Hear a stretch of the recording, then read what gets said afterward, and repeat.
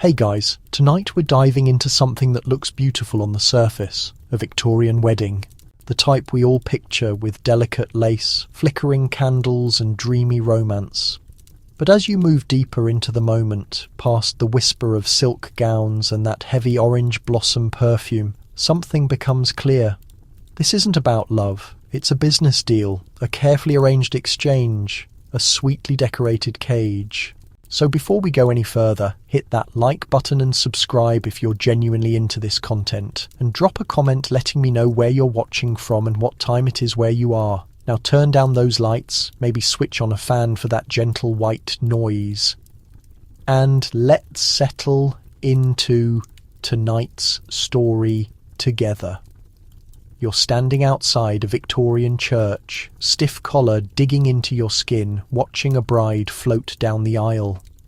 Everyone murmurs about how lovely she looks, the essential value of any woman. But nobody mentions her rights, because honestly, she barely has any. Her father is handing her over, which sounds sweet until you realise that phrase meant exactly what it said. To hand over meant to transfer ownership. And you, standing here as a Victorian woman on the verge of marriage, are about to become owned property wearing white. The organ drones, guests wipe their eyes. You can't help wondering if anyone understands the bride probably didn't pick this dress, this man, or this life. Even that wedding band isn't about romance. It's a marker of possession, a custom tracing back to Roman times. Historians still debate whether Victorian culture truly viewed marriage as holy or whether it was just the most practical system for controlling women, children, and assets. Whatever the truth, you're about to experience it yourself. You move toward the front, every footfall reminding you that your destiny has been decided in private rooms, over polite conversation and pastries. A well-known fact here. Victorian engagements weren't simply two people vowing to care for each other. They were binding agreements between households. Cancelling one could trigger lawsuits, social disgrace, and newspapers gleefully destroying your name like it was entertainment. You weren't falling in love. You were signing up for a legal arrangement, neatly packaged in ribbon and tulle. Your fingers shake a bit as the ceremony starts, for better or worse, through illness and health. All those tender phrases that sound lovely until you spot what's missing. The groom vows to love, honour, and keep you safe. You vow to obey. Not to respect, not to collaborate, to obey. Just so there's zero confusion about who has the power here. Even the cushion under your knees feels off balance, like it's trying to tell you something. Equality wasn't what Victorian marriage was built for. When you glance up at the groom, he's smiling with complete confidence. Why wouldn't he be? He's stepping into a system that's rigged in his favour at every turn. You, meanwhile, are about to vanish legally under something called coverture. But we'll get to that shocking detail in a moment. Right now, you're still at the front of the church, trying to keep breathing steady, questioning whether anyone else senses the room shrinking. The minister continues his speech, voice bouncing off coloured glass windows. Light shifts across your gown, but it feels like cold reassurance. This ritual seems less like a celebration and more like an elegantly staged power handoff. Somewhere toward the rear, someone clears their throat. You wonder if they're the only one who hears the processional music as an alarm. Then the kiss arrives, stiff, formal, watched by every soul here. It's less a fairy tale moment and more like signing on the dotted line. When he grasps your hand afterwards, you sense the heaviness of your new reality sinking into your chest. A strange little fact Victorian brides knew intimately. Plenty of them collapsed right at the altar, not from pure joy, but from crushing corsets, empty stomachs, and raw nerves.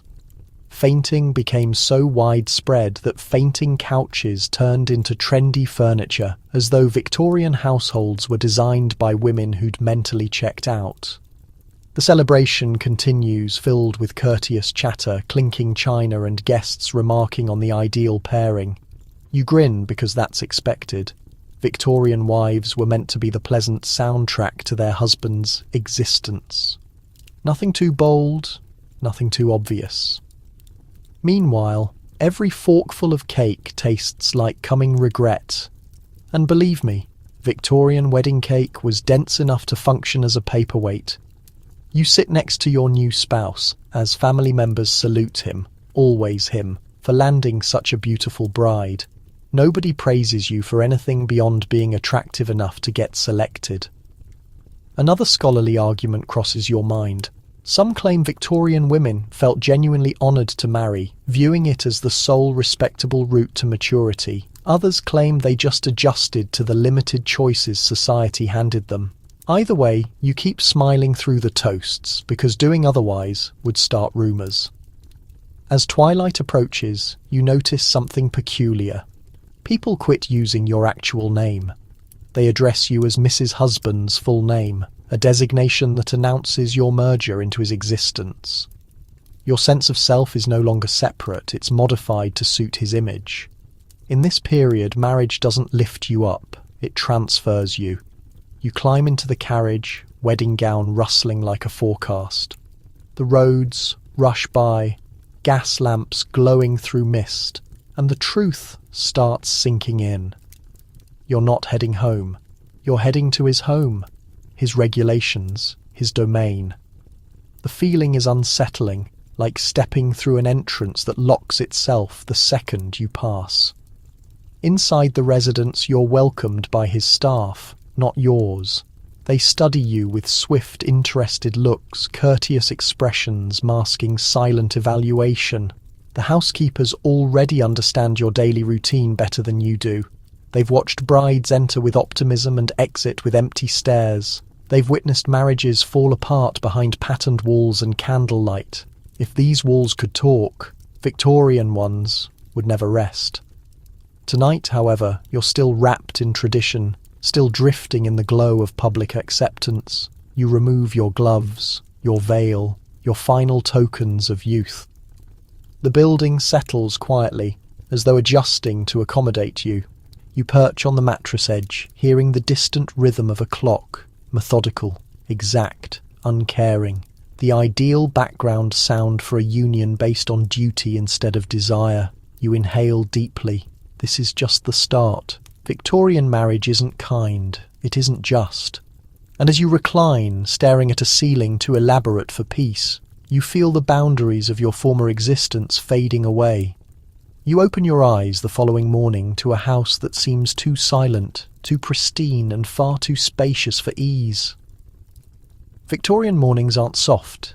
They're rigid, rehearsed, and packed with invisible regulations that you're supposed to grasp automatically, even though nobody took the time to explain them. You shift position, noticing the weight of your new band, and the understanding strikes you. Today you transition from courtship's final stage into a permanent state of social confinement dressed up as refinement. You slip into your gown, which somehow feels more restrictive after a single night of wedlock, likely because Victorian design thought breathing was negotiable, and head downstairs. The corridors resonate with the quiet movements of staff who've been working for hours. Everyone already understands their role in this domestic performance except you. Courtship, ultimately, wasn't designed to prepare you for actual marriage. It was designed to prepare you to comply.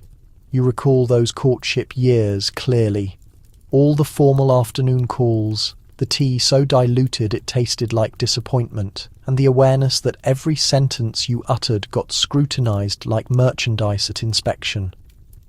Victorian guidebooks stated, "A lady must not giggle too freely, express herself too directly, correspond too frequently, or ponder too deeply."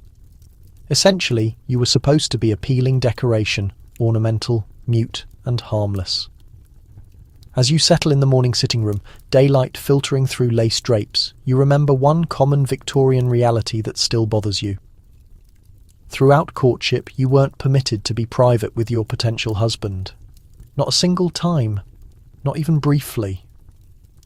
A guardian lingered like a disapproving shadow, a mother, an aunt, or that particular cousin who existed for scandal and cookies.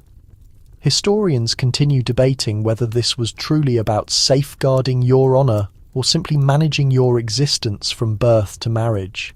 A quiet laugh escapes thinking about it. Safeguard your honour? More like safeguard your selling price.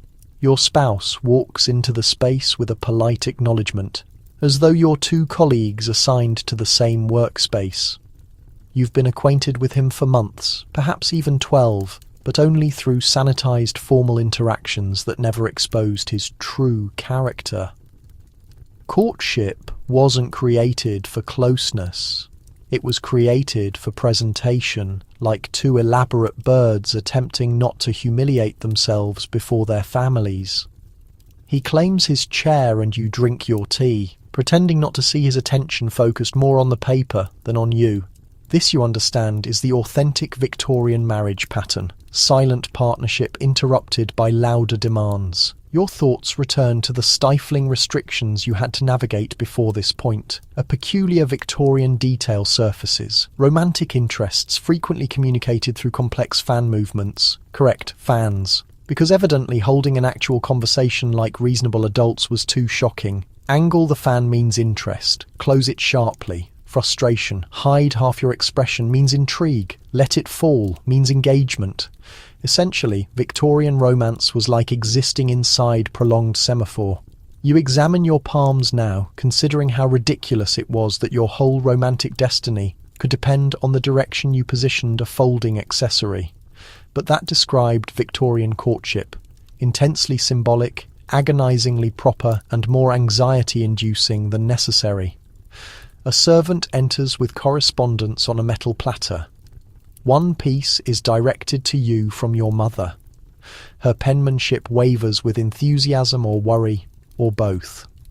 As you scan it, you can virtually hear her tone saying phrases like, "Remember to be accommodating and a successful marriage starts with a content wife." But a content wife starts with submission. Typical Victorian maternal guidance, emotionally encouraging with a dash of manipulation.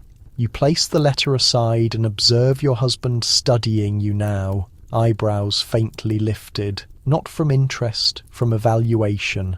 That was another aspect of courtship they didn't include in the manuals. Even following marriage, you're being judged not for your appeal anymore, but for your capability.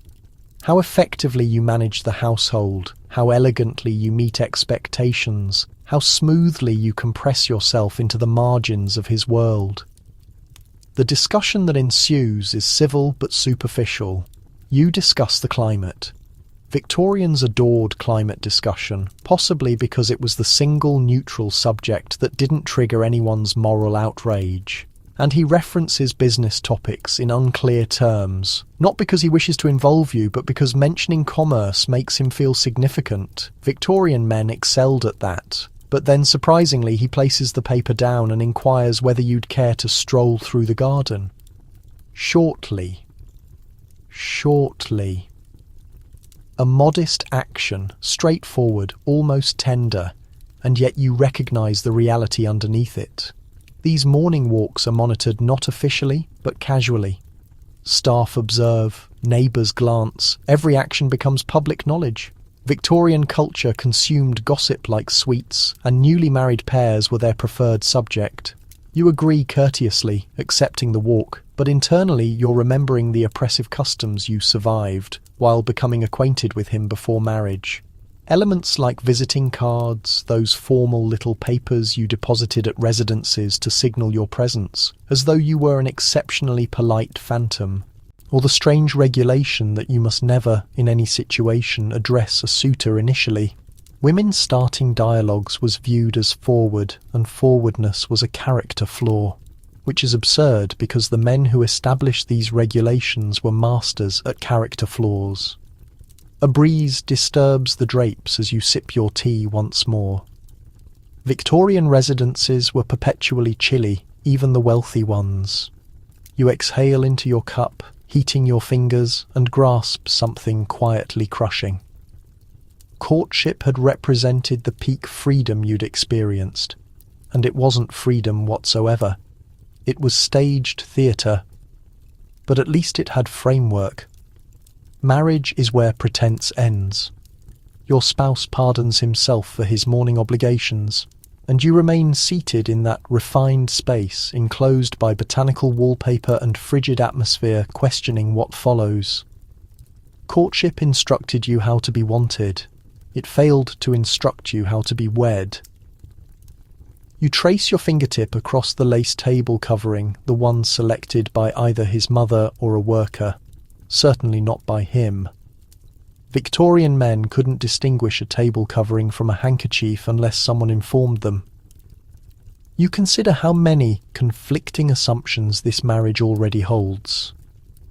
Historians continue arguing whether Victorian partners were genuinely affectionate in private or simply displayed affection publicly and endured each other quietly. The reality is likely somewhere between, a broad range from real warmth to complete emotional distance. Your breathing constricts slightly at the consideration. Victorian courtship prevented you from discovering his weaknesses. It also prevented him from discovering yours. Now you're two unfamiliar people, legally connected, positioned at the edge of the remainder of your days, hoping that whatever compatibility you weren't allowed to explore won't eventually destroy you. As the timepiece ticks softly on the shelf, you grasp the bitter paradox. Courtship provided you guidelines for encountering your husband, but zero for enduring him. You breathe slowly, straightening your dress. This is married life now, and Victorian marriage only becomes more intricate from this point. You use the remaining morning exploring your new residence, fingertips gliding across smooth railings and austere floral coverings, attempting to learn hallways that all appear designed by someone afraid of pigment. Victorian houses weren't simply dwellings. They were declarations of status, created to awe guests and subtly threaten the occupants themselves. As you enter the dining space, still faintly carrying last evening's wedding banquet smell, you're struck by one troubling realization. The most important choices regarding your destiny have already occurred, and not one was your decision. Welcome to the realm of dowries, transactions, and quiet compromises. Victorian marriage wasn't constructed on affection. It was constructed on finance, an intricate dance of wealth, assets, family connections, and household standing. You didn't wed a person. You wed his earnings, his potential, his bloodline, and sometimes his mother's remarkably forceful views. During this time, love was bonus content. Strategic benefit was required.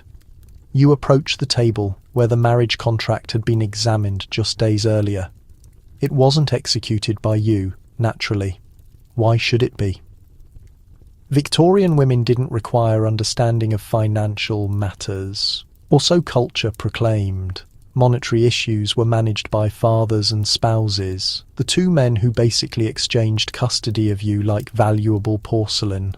The widespread truth strikes you again. Victorian dowries weren't ceremonial. They were actual transfers a bride's household made to obtain an appropriate match. Sometimes the dowry could purchase the groom a modest property, finance improvements, clear his obligations, or buy that stallion he absolutely didn't require. Other instances, the dowry just served as confirmation that the bride contributed something worthwhile into the marriage beyond her reproductive capacity. You slide your hand along the rear of an ornate wooden seat, pondering how odd it is that your value could be calculated, discussed, and listed like farm animals. A curious historical note enters your thoughts.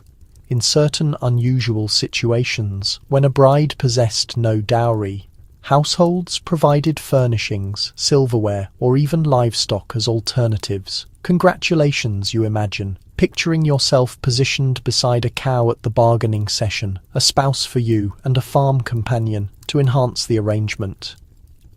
But underneath the refined exterior of these exchanges exists something nobody discusses. Anxiety. The anxiety of marrying below your station, the anxiety of staying unwed, the anxiety of becoming a weight on your household. Victorian society regarded an unmarried woman past 25 like a dangerous device, except rather than detonating, she just transformed into someone pitied. You step into the parlour, sunlight capturing dust particles that float in lazy circles. This space probably contained the official gathering between your household and his, a cordial conflict concealed as refreshments.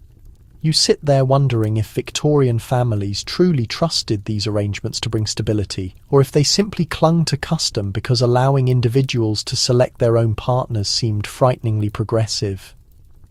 You picture your father positioned rigidly in a tall back chair, spine as straight as iron fencing, negotiating annuities and estate matters with your prospective father-in-law. He likely sidestepped any direct mention of your dowry to gauche, instead offering subtle hints, the way Victorian gentlemen did when pretending money wasn't the topic. During this time you would have sat quietly close by, smiling when appropriate, hands clasped, shoulders loose, acting as though you weren't absorbing every syllable, despite knowing your entire destiny depended on each word like a delicate decoration. You recall the anxiety written across your mother's expression as she fixed your gloves before the gathering. She felt pride, naturally. Landing a respectable match functioned almost like competitive sport for Victorian mothers, though she also carried worry. A clumsily managed negotiation could diminish your worth immediately. A misconstrued comment, a gown slightly behind fashion, even laughter that rang too boldly could alter perceptions. Your husband, meanwhile, carried his own interests in this transaction. Victorians might have idolised the notion of honourable manhood, but countless men urgently required a wealthy bride to sustain their circumstances. A deteriorating manor, a collection of ancient obligations, a younger sibling wreaking havoc in London's gambling establishments. A bride bearing a substantial dowry could resolve everything instantly. You weren't simply a spouse, you were an economic calculation. You perch at the sofa's edge, pressing out the creases in your dress that keep forming. Regardless of how motionless you remain, this entire marriage resembles a meticulously orchestrated performance, with everyone executing their parts flawlessly. Everyone except you, still searching for your dialogue. A gentle tap disrupts your thinking. A maid steps in carrying a compact ledger. She mentions it's the household accounting book, not for you to control naturally. You're merely expected to authorise. Periodic choices appear dignified and don't collapse when figures come up. But curiosity pulls you, so you examine the tidy columns of penned entries, invoices for coal, tea, fabric restoration, servants, compensation. And then you notice it. A recorded entry for marriage settlement, your dowry. Observing it, documented so bluntly, creates tension in your stomach. It's not that the knowledge was absent, but witnessing it catalogued like a domestic expenditure positioned between linen acquisitions and carriage upkeep shatters the sentimental illusion Victorian society prompts young brides to maintain. The maid wavers as though she might speak, then merely curtsies and exits. She understands the identical secret every servant within this residence understands. Marriages here aren't really built on fondness. They're constructed on bookkeeping. You shut the ledger carefully, experiencing an odd combination of melancholy and understanding. Perhaps this explains why Victorian novels overflow with heroines attempting to flee troubled marriages, because even invented women perceive the confinement. You move towards the glass, observing carriages clatter along the street. Somewhere inside one of those residences sits another recent bride, attempting to comprehend her position in a marriage that was structured to safeguard wealth, standing and respectability. Everything besides individual contentment. A notion slides into your consciousness like an uninvited breeze. Without a dowry, you wouldn't be present. Without a dowry, you might remain home, unwed, receiving sympathetic glances from your community. Without a dowry, you might have encountered fewer options, or perhaps, strangely enough, additional ones. Historians continue debating whether Victorian women embraced these circumstances voluntarily or merely adapted because resistance demanded too much. It's likely both. You already sense how burdensome expectations feel, how firmly they constrict around your chest like a corset tightened one increment excessively. You inhale gradually, watching your exhalation mist faintly in the chilled space. Victorian residences are refined, but they're also frigid in temperature and occasionally in atmosphere. You place your palm against the window pane. Dowries unlocked opportunities. They also sealed them. Marriage wasn't liberation from your previous existence. It was a transaction, one where you represented the most precious commodity on display and nobody ever permits you to forget it. You shut the ledger deliberately, the figures still resonating in your thoughts as you abandon the drawing room behind. The further you proceed down the corridor, the more the residence feels like it's observing you. Elevated ceilings, substantial curtains, and the subtle fragrance of yesterday's visitors hovering in the atmosphere like a notification that your existence now belongs to a different realm, a realm that anticipates things from you, requires things from you. And tonight it anticipates the one ceremony Victorians almost never discussed openly, despite everyone knowing it approached: your wedding night. You attempt not to dwell on it excessively as you navigate through the hushed passages, but it's present, throbbing beneath your ribs like an additional pulse. Victorian society conducted itself as though marital intimacy was non-existent. Young women received no information about it intentionally because innocence wasn't merely a quality, it was an instrument utilised to govern you. You enter your new sleeping chamber and the view creates turmoil in your stomach. The space resembles a magazine display, if magazines existed, which they don't presently, featuring lace candles and impossibly pristine linens. The flames pop quietly in the fireplace, casting warm illumination across the four-poster bed. The bed that abruptly feels less like furniture and more like an impending obligation. Victorian wedding nights were enveloped in intense fear, superstition, and wildly incorrect science. Your mother might have offered you ambiguous guidance about being accommodating. Perhaps she provided you a perfumed sachet and murmured, "It won't be dreadful," without maintaining eye contact. Historians continue arguing whether Victorian mothers genuinely lacked knowledge on explaining these matters, or whether society merely prohibited such discussions.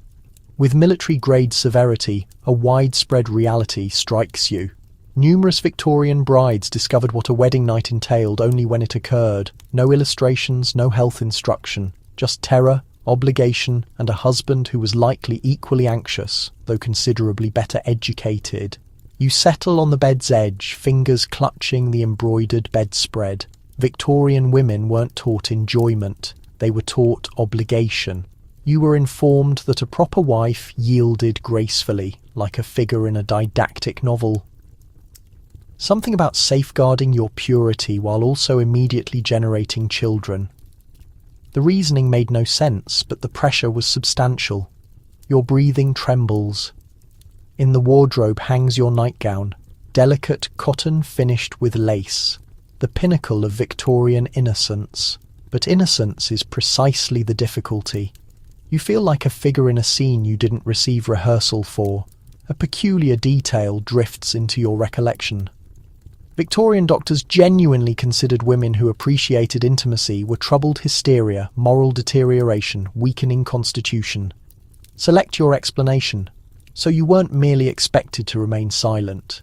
You were expected to be emotionally detached, for your own safeguarding, as if your body were a space someone else occupied.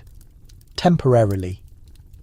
You stand and move toward the washing area, lowering your fingertips into the cool water. The porcelain container chimes softly, a minute sound in a massive expectant space. You examine your reflection in the wavy glass mirror. Your complexion appears pale, your hair still secured with pearl ornaments. You resemble a bride in artwork, soft, fragile, timeless, but certainly not prepared.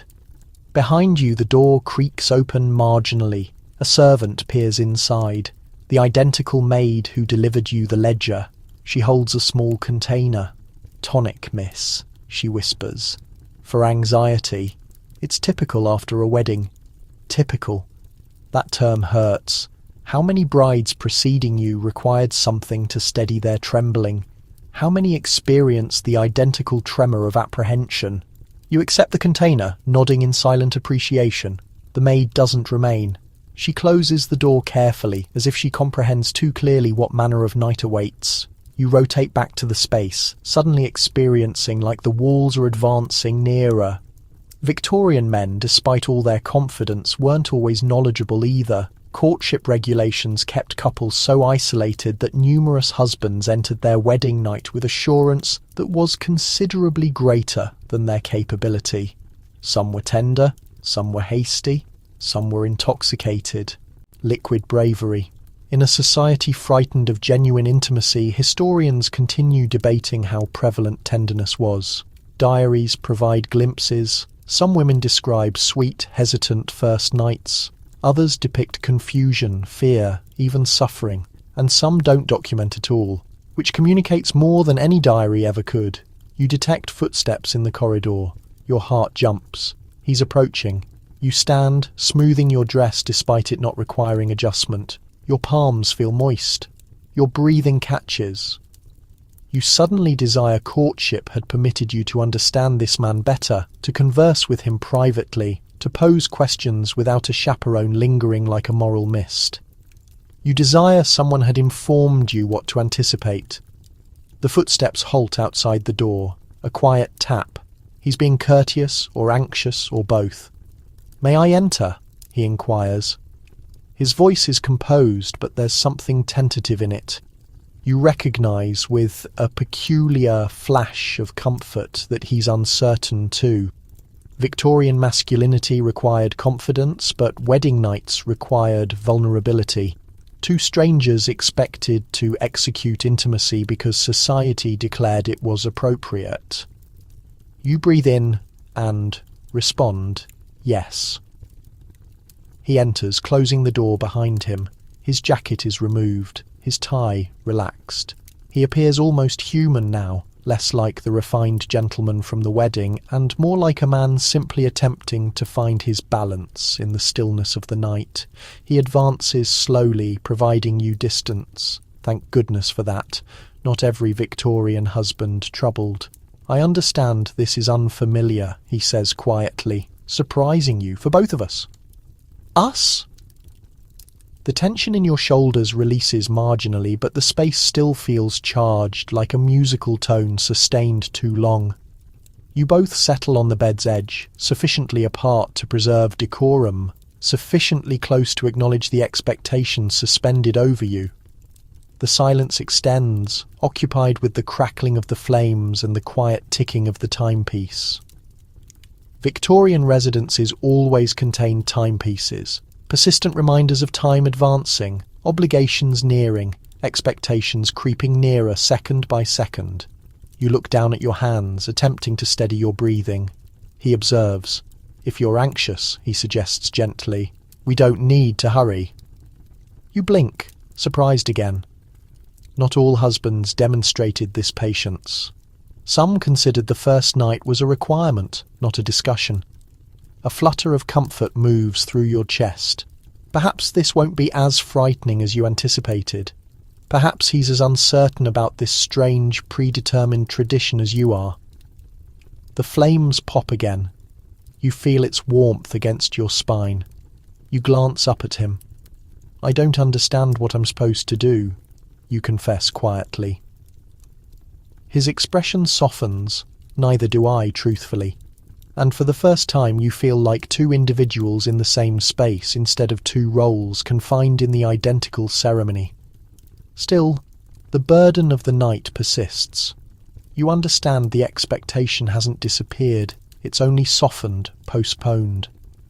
But in a society that instructed you nothing and required everything, even a moment of kindness feels like defiance. You shift nearer. Not because tradition requires it, but because perhaps you select it just slightly, a minute step into an enormous unknown. Victorian marriage may be harsh, but But tonight, at minimum, you confront it with tenderness instead of fear. For now, morning illumination spreads across the bedroom floor, gentle and golden, as if attempting to persuade you that everything feels normal, secure, familiar. But nothing about this morning is familiar. Not the bed you're resting in, not the residents around you, and least of all the legal reality that has quietly enclosed itself around your existence overnight, like ivy ascending an ancient stone barrier. You sit up slowly, fingers pressing into the embroidered bedspread, and take a deep breath. Victorian atmosphere is always slightly too cold in the mornings, regardless of how large the residence is or how many fireplaces it contains. The warmth from yesterday's flames has vanished, leaving behind only that crisp, chilly sensation that Victorian authors like to describe as fresh. A poetic method to say uncomfortably freezing. Your husband has already risen. Naturally, he has. Victorian men were trained to navigate through existence like machinery, while women were expected to drift delicately behind them as if incapable of producing momentum independently. You detect distant footsteps, servants moving quietly through the corridor. More than anything, you detect the sound of a door closing downstairs, the heavy, solid sound of a man departing, leaving for his day with complete liberty. And you. You rise into an existence where your liberty has evaporated. Welcome to the brutal legal reality of Victorian marriage. Coverture. You wrap your shawl around your shoulders and move toward the glass, looking out at the quiet street below. Carriages pass occasionally, wheels rattling against cobblestone, and the morning fog curls over the rooftops like a phantom deciding which wealthy chimney to haunt. But the real haunting is happening inside you. The realization that you are no longer a legal individual, a widespread reality, thuds into your consciousness. Under coverture, a married woman's legal identity was absorbed into her husband's. Absorbed is the courteous term, erased is the precise one. You cannot possess property, you cannot execute contracts, you cannot retain your wages, not that you're permitted to earn any, you cannot sue anyone, you cannot even retain your own children, if he determines otherwise. Victorian law basically declares, congratulations on your wedding, you no longer exist. You pull back from the glass, your reflection ghostly in the window pane. You remember your mother's statements, marriage is a woman's true protection. But standing here now, it feels more like a velvet-lined enclosure. Your husband's liberty echoes through the residence again, distant but unmistakable. He can exit the door, conduct business, earn income, ride horses, laugh boldly in public, and make determinations that shape the remainder of your shared existence. You, on the other hand, cannot even acquire a loaf of bread on credit without his authorization. Historians continue debating whether most Victorian men genuinely considered this was equitable or merely accepted the arrangement because it advantaged them so substantially, possibly both. You leave the sleeping chamber, the corridor absorbing the sound of your footsteps. Victorian corridors are effective at that, absorbing sound, absorbing secrets. The wallpaper feels rigid, the atmosphere marginally musty, and the silence impossibly substantial for a residence full of individual servants glide past like shadows, offering polite bows but no discussion. They understand their position. You're still determining yours. As you descend the stairs, another unsettling reality sits at the back of your consciousness. Legally, even your body no longer belongs to you. Victorian marriage regulations allowed husbands to demand intimacy whenever they desired. The concept of marital consent was absent. Numerous women simply endured. Others negotiated silently. A few resisted, but resistance carried danger.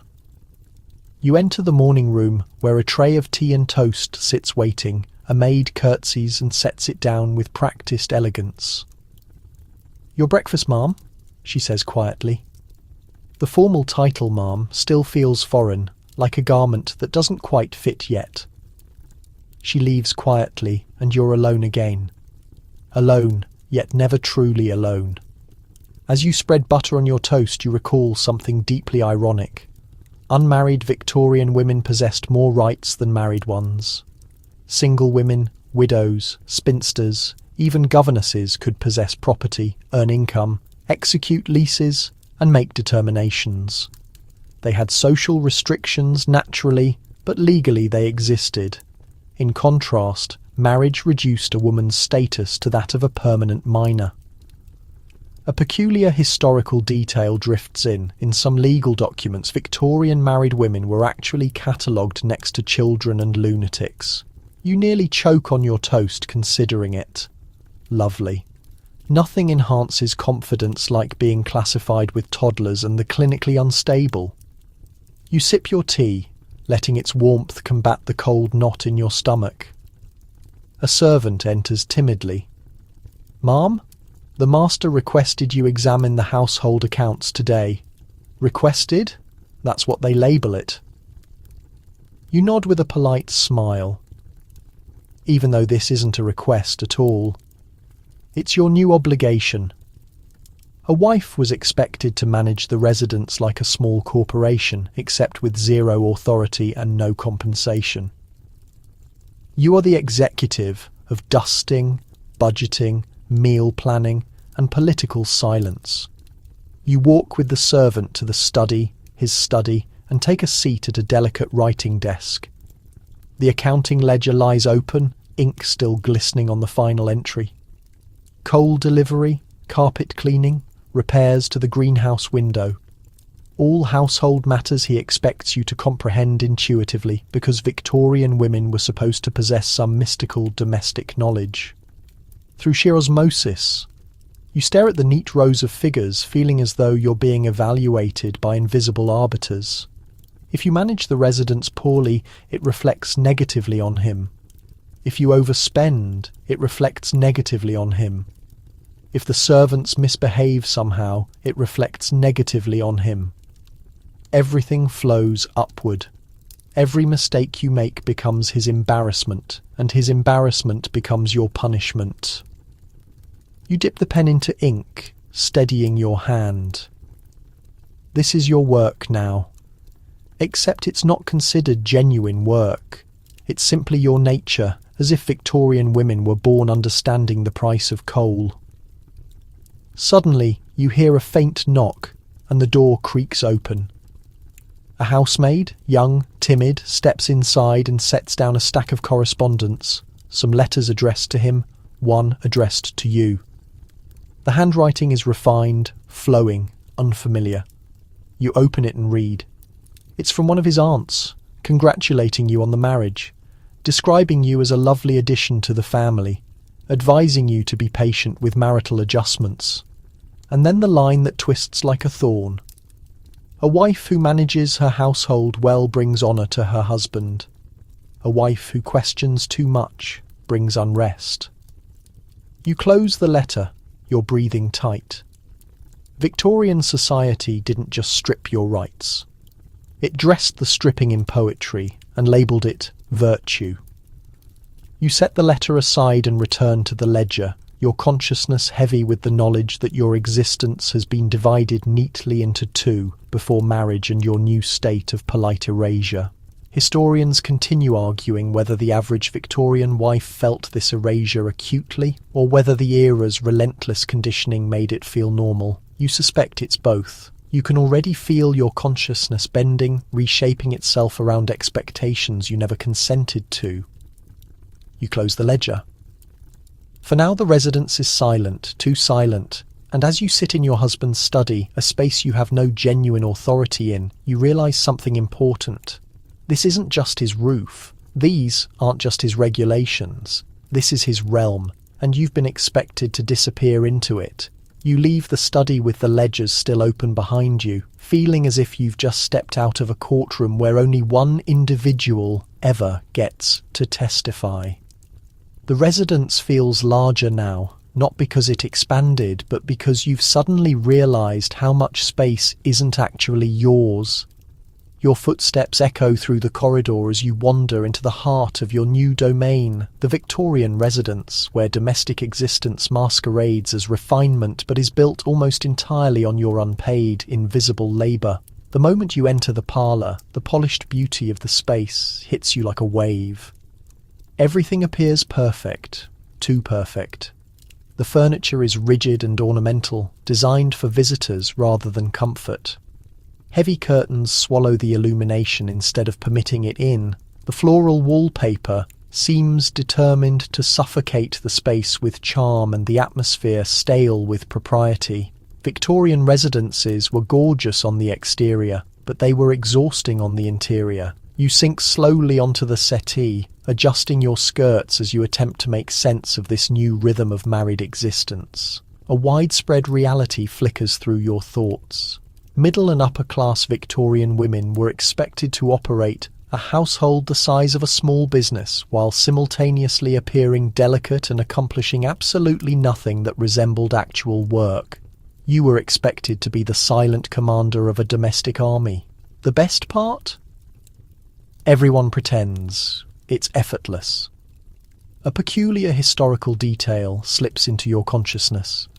Etiquette books insisted a Victorian lady should make operating a household appear natural, as though she were born with an instinct for linen inventories and servant schedules. If you struggled, society didn't adjust its expectations. It scolded you for lacking feminine grace.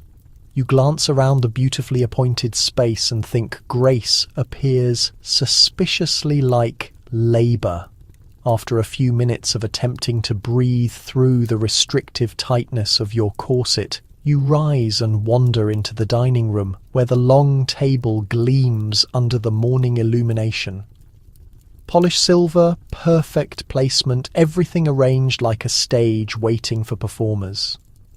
Except the performers, the visitors, the husband, the distant relatives who will judge your hosting capabilities only observe the final presentation. They never observe the hours you'll spend planning menus, scheduling servants, ordering groceries, arranging flowers and composing invitations. All of it your responsibility. None of it acknowledged as genuine work. You run your fingertips along the polished table and the burden of it all settles in your chest. Domestic perfection isn't just a social expectation, it's a performance that never ends. This will be your routine now, whispers a voice in the back of your consciousness. Accomplish everything well and then accomplish it again tomorrow. As you walk deeper into the residence, a maid approaches with a small bow. "Ma'am, cook would like your authorization for tonight's dinner." Her voice is courteous and composed, but her eyes are weary, the eyes of someone who has lived inside this arrangement long enough to comprehend its sharp edges. You nod and follow her to the kitchen, a place Victorian wives were encouraged to avoid publicly but secretly depended on for survival. The kitchen is warm, fragrant, and alive. Pots bubbling, bread forming under skilled hands, vegetables chopped with rhythmic efficiency. It's the only space in the residence that actually feels like it breathes. The cook shows you the menu: roast beef, potatoes, and a custard for dessert. You authorize it, though you understand your input is more symbolic than practical. The cook already understands what the household prefers, but etiquette requires you to supervise. Supervision. You hear the phrase managing the household, but really it's another term for pretend involvement. The reality is you're accountable for everything happening under your roof, yet accountable for none of the tasks that keep it running. As you turn away from the kitchen, you catch two scullery maids talking in hushed tones. You stop, partly concealed by the doorframe. She appears kind, one murmurs, "Fresh brides always do," the other answers, "Wait a few months." The strain catches up with them. Strain. That word hits deep. Because it's accurate, you're not simply coordinating staff, food, finances and decorations, you're coordinating perfection itself. One error, one burnt dish, one grimy corner, one discourteous servant, and it's your fault, not the household's.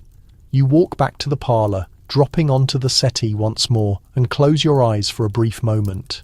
Victorian domestic life wasn't about ease. It was about sustaining an image so pristine that people overlooked the humans living inside the house. Scholars still debate whether Victorian women truly believed in these standards or merely enacted them because diverging meant social banishment. The truth, you think, is layered. Many did believe, many didn't. But everyone complied because refusing brought repercussions. Your breathing eases as you absorb your surroundings. Household life in the Victorian period required a specific kind of woman, one who moved through her home like a silent orchestrator of an unseen symphony. A woman who greeted guests warmly, calmed servants, managed finances, and never revealed the fractures. But the fractures are always present. You stand once more, unable to settle, and drift upstairs to the morning room, a smaller, calmer space where Victorian wives often withdrew to arrange flowers, compose letters, or do needlework that left their hands sore. You attempt to picture yourself doing these activities for years. A peculiar weighted ache settles in your chest. You lift a piece of embroidery resting on the table, delicate roses and vines. The stitches are minuscule and flawless, as if created by someone with limitless patience. Victorian culture adored activities like this. They made women seem busy without acknowledging the hollowness beneath. You place the embroidery down carefully. In the distant corner of the room stands a pianoforte. The instrument shines under the light, ivory keys beckoning your touch. Victorian wives were required to play. Not professionally, naturally, just skillfully enough to impress guests and comfort husbands. You settle at the bench and touch a single key. The note sounds out, clear and solitary, floating through the room. Your fingers pause over the keys as memories of childhood lessons return. The burden to be graceful, talented and agreeable, all without crossing the invisible limits drawn around you. Another note, gentler this time, and then another. You play a brief melody, something sweet and wistful, and, for a moment, the house feels warmer, more accepting, like perhaps there is room for you here that doesn't require perfection, but the moment doesn't endure. A clock rings somewhere in the house, reminding you that time serves the household's rhythm. Now you rise, smoothing your skirt, and head toward the doorway. Household life in the Victorian period wasn't harsh in the obvious ways. It was harsh in the subtle ones, the ways that seeped into your bones, the ways that made you lose track of where you ended and the house began. You stop at the top of the stairs, clutching the banister. You are not simply residing in this home, you are expected to embody this home. And somewhere under the lace, the teacups, the gleaming silver, and the endless expectations, you sense a small, gentle spark of defiance. Not enough to transform the world, just enough to remind yourself you're still in it. You descend the stairs gradually, your hand sliding along the polished banister. The air feels charged, dense, almost vibrating with the invisible regulations that govern every inch of Victorian married life. If earlier you felt consumed by the house itself, now you're about to discover the deeper truth. It isn't the home that controls you. It's the man who legally occupies the centre of it, your husband. And today you receive your first real glimpse of his advantages, the ones Victorian society grants him just for being a man, and the ones you inherit simply by association. You enter the front hall just as he steps through the door, his coat dusted with the sharp afternoon air. He looks composed, assured, and completely unaware of the iceberg of obligations floating beneath. Beneath your serene expression, you greet him with the courteous smile expected of a Victorian wife. Gentle, warm, humble. A smile that conveys everything is fine, even when you don't know if it is. He removes his gloves and passes them to a waiting servant, not even looking at the man's face. Victorian husbands rarely needed to. They existed at the peak of the household pyramid, where courtesy was optional and obedience from others was simply presumed. "Good afternoon," he says, straightening his cravat in the hallway mirror.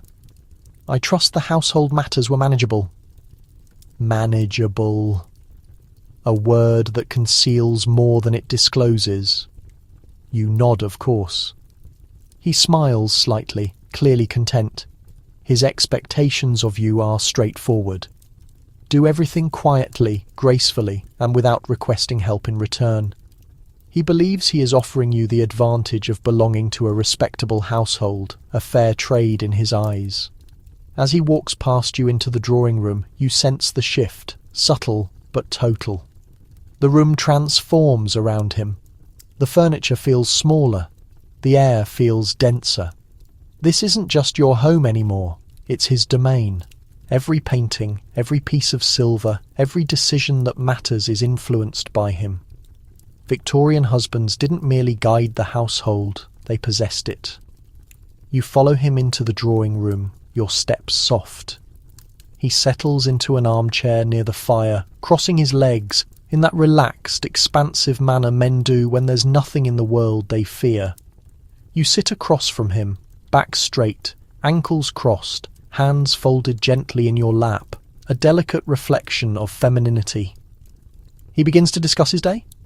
Business matters, political conversations at the club, a new gentleman who may join his morning riding circle. His voice is steady, smooth, unhurried. Everything he says assumes your interest, even if the details mean nothing to you. Victorian wives were expected to listen, as though every word was captivating. Even when husbands droned on about railway shares or a debate in Parliament that sounded like a group of men arguing over who had the more impressive waistcoat. You attempt to concentrate, but your mind strays. A mainstream fact. Husbands under Victorian law could control nearly every aspect of their wives. Lives, money, property, movement, friendships, medical care, even the right to leave the house alone. Many wives needed written permission to travel. Some needed it just to visit family. Victorian men were walking permission slips. Your husband casually mentions a dinner invitation for the weekend Lady Harbury will be hosting. It's important we attend. I'll tell the tailor to send over some fabrics for a new evening gown. Something elegant. You blink. He's selecting your dress. Not out of kindness, out of habit. Because Victorian husbands were expected to curate their wives' appearance, like selecting art for their homes. Tasteful, appropriate, pleasing, a reflection of himself. He continues speaking, unaware that the thread of his sentence tightened around your ribs, and perhaps you'll avoid the softer blues. They wash out your complexion. In evening light, you keep your expression smooth, but inside a tiny spark flickers. Not anger, not yet, but awareness. This man who legally owns your home also believes he owns your aesthetic. He isn't cruel, not intentionally, he's simply Victorian. And Victorian husbands were taught their entire lives that authority was their birthright. He shifts topics again. The new horse he's considering purchasing, the man at the club who cheats at billiards, the upcoming elections, politics, horses, money, worlds you're not supposed to enter. If you dare ask a question too confidently, society labels you unfeminine. If you remain silent, it calls you graceful. You choose silence. He doesn't notice. Scholars still debate whether Victorian men genuinely wanted emotional closeness with their wives, or whether they viewed marriage as a practical partnership. Some diaries reveal tenderness, others reveal cold distance. Most reveal men who simply didn't consider their wives' feelings as part of the marriage equation. As he speaks, you glance at the mantel clock. Its ticking feels louder now, like a metronome counting down the moments of a life that's more performance than partnership. Then, a housemaid enters and asks if you'd like tea. Your husband answers. Before you can speak, she'll have Earl Grey. You inhale slowly, your jaw tight for a heartbeat. He didn't ask you.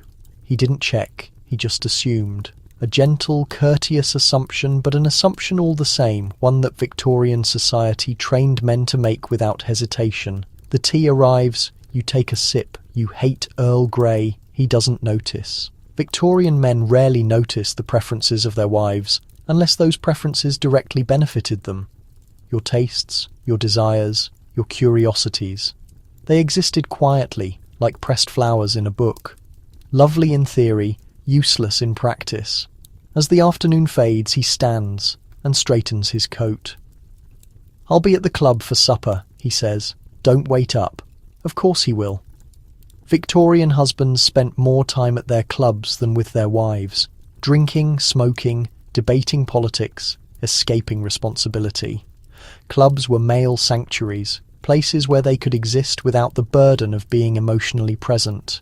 You nod. "Have a pleasant evening." He leaves.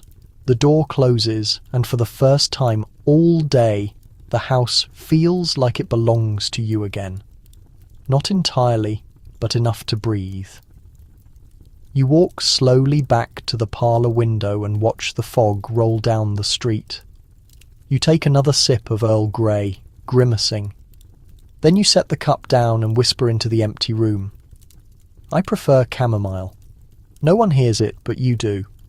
And maybe that small whisper, that tiny reclaiming of taste, is the first genuine thing you've said all day. Victorian husbands may have had all the advantages, but Victorian wives had something else. The quiet beginnings of an inner life, a life that one whisper at a time might grow louder. The house settles into evening silence, the kind that feels thick enough to wrap around your shoulders. Lantern light flickers against the walls as you climb the stairs, one hand resting lightly on the banister. The day has been long, not physically draining, but emotionally heavy, as if every expectation of Victorian marriage has attached itself to you like an extra layer beneath your corset. You pause outside your bedroom door, taking a breath, because tonight your mind wanders into one of the most frightening truths of Victorian married life. One every wife carried like a shadow behind her pregnancy. The word alone sends a cold thread down your spine. Even though no one has spoken it aloud yet in this era, you're always either pregnant, about to be pregnant, recovering from being pregnant, or bracing yourself for the next pregnancy. It's the Victorian circle of life, woman's edition. You enter the room and sit by the window, looking out at the dim street. A carriage rattles past, carrying someone home from a dinner party or a late shop closing. Their life continues as usual. Yours feels suspended, waiting for a future you can't control. A mainstream fact slices in. Victorian women averaged 6 to 8 pregnancies. Some had 10, some had 14, and about 1 in every 4 women didn't survive childbirth. The math isn't reassuring. You rest your palm on your abdomen, flat, quiet, innocent, and try to imagine the weight of a future child, or 2, or 6, or however many your husband expects. Because in this world, children weren't simply family members, they were proof. Proof of fertility, proof of success, proof of your value as a wife. You exhale shakily. Victorian advice books made pregnancy sound like an inevitable blessing rather than a mortal risk. But you know, the whispered stories. The neighbour women who took ill after childbirth, the women who disappeared from dinner parties after complications, the quiet funerals held behind lace curtains, the kind of things Victorian society never wrote about in newspapers. Your stomach tightens at the memory of your mother's expression the night before your wedding. Proud, yes, but also sad. A shadow behind her eyes, as if she was passing you into something she knew too well, as if she wanted to warn you. But the rules of propriety had wrapped themselves around her voice. You stand and cross the room to your vanity.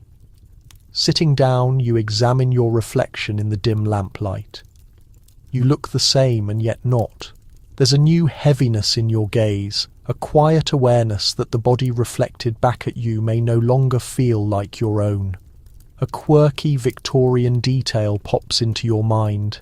The era's medical manuals insisted that pregnant women should avoid strong emotions, joy, sadness, fear, even excitement, because doctors believed the mother's feelings could imprint on the baby.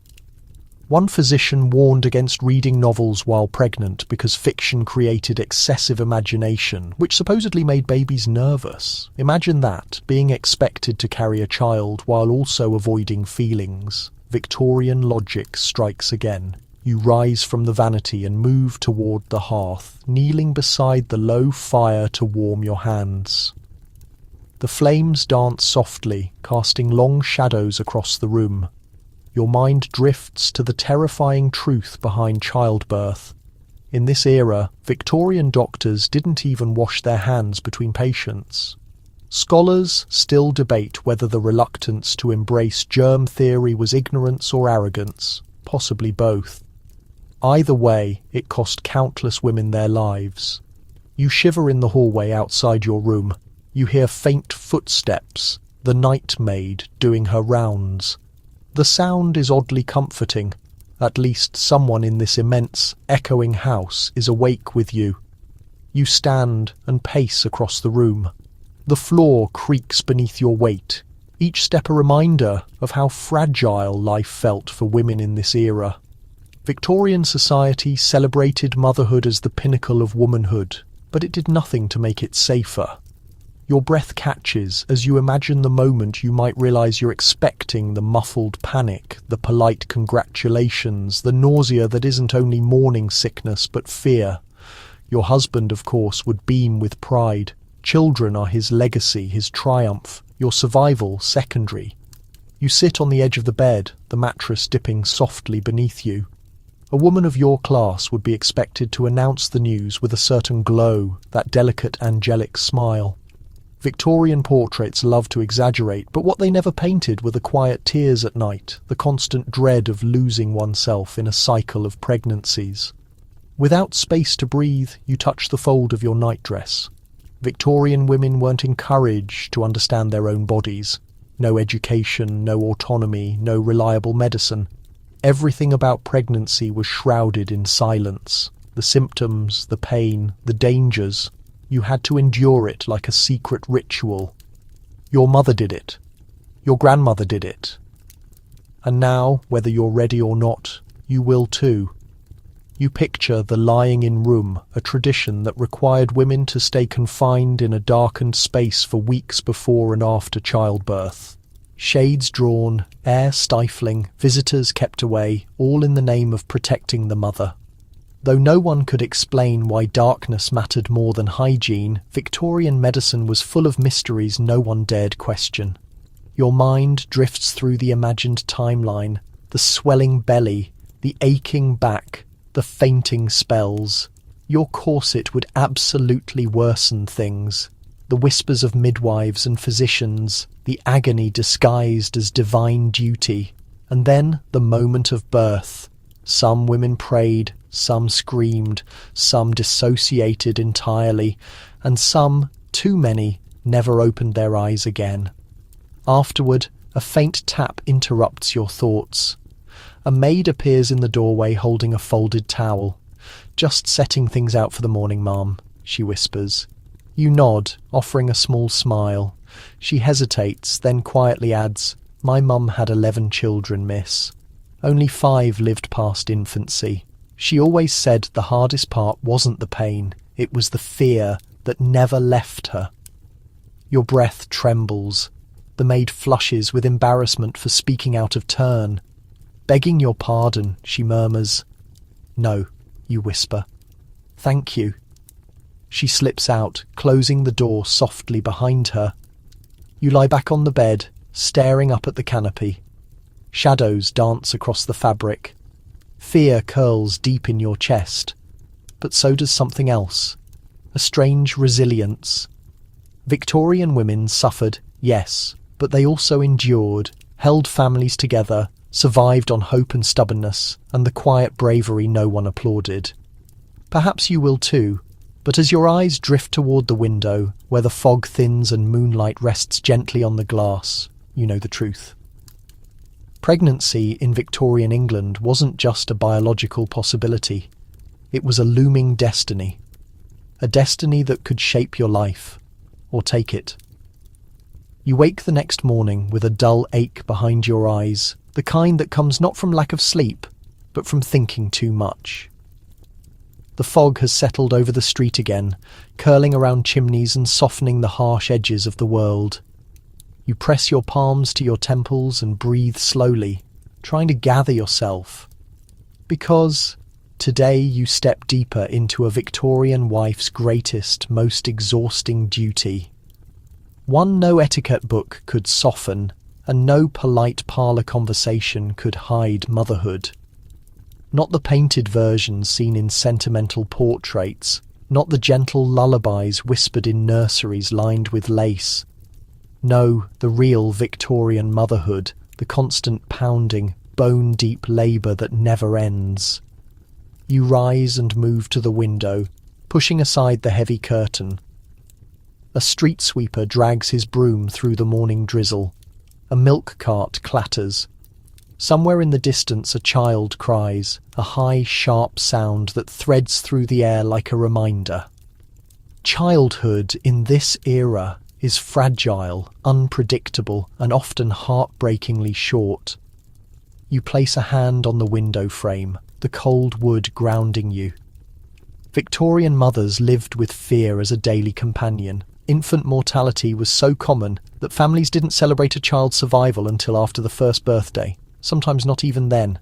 Newspapers printed death notices for toddlers beside advertisements for sewing needles and hair tonics. As if loss were just another household inconvenience. A mainstream fact floats into your mind. Nearly 15% of Victorian children didn't survive past age 5. For poorer families, the numbers were even worse. You blink slowly. It's not just pregnancy that haunts Victorian women. It's what comes after. You move to the vanity and begin brushing your hair, long strokes that help quiet your racing thoughts. The nursery down the hall is empty now, prepared by servants months before your wedding. A crib waits. A rocking chair waits. The room itself waits, patient, silent, looming. Victorian society treats motherhood as your inevitable destiny, the final proof of your womanhood. A home without children is seen as incomplete. A wife without children is whispered about, pitied or suspected of failing her duties. Scholars still debate whether Victorian women genuinely wanted large families or whether they simply had no real alternative. Birth control was primitive at best, inaccessible at worst, and often illegal or immoral by society's standards.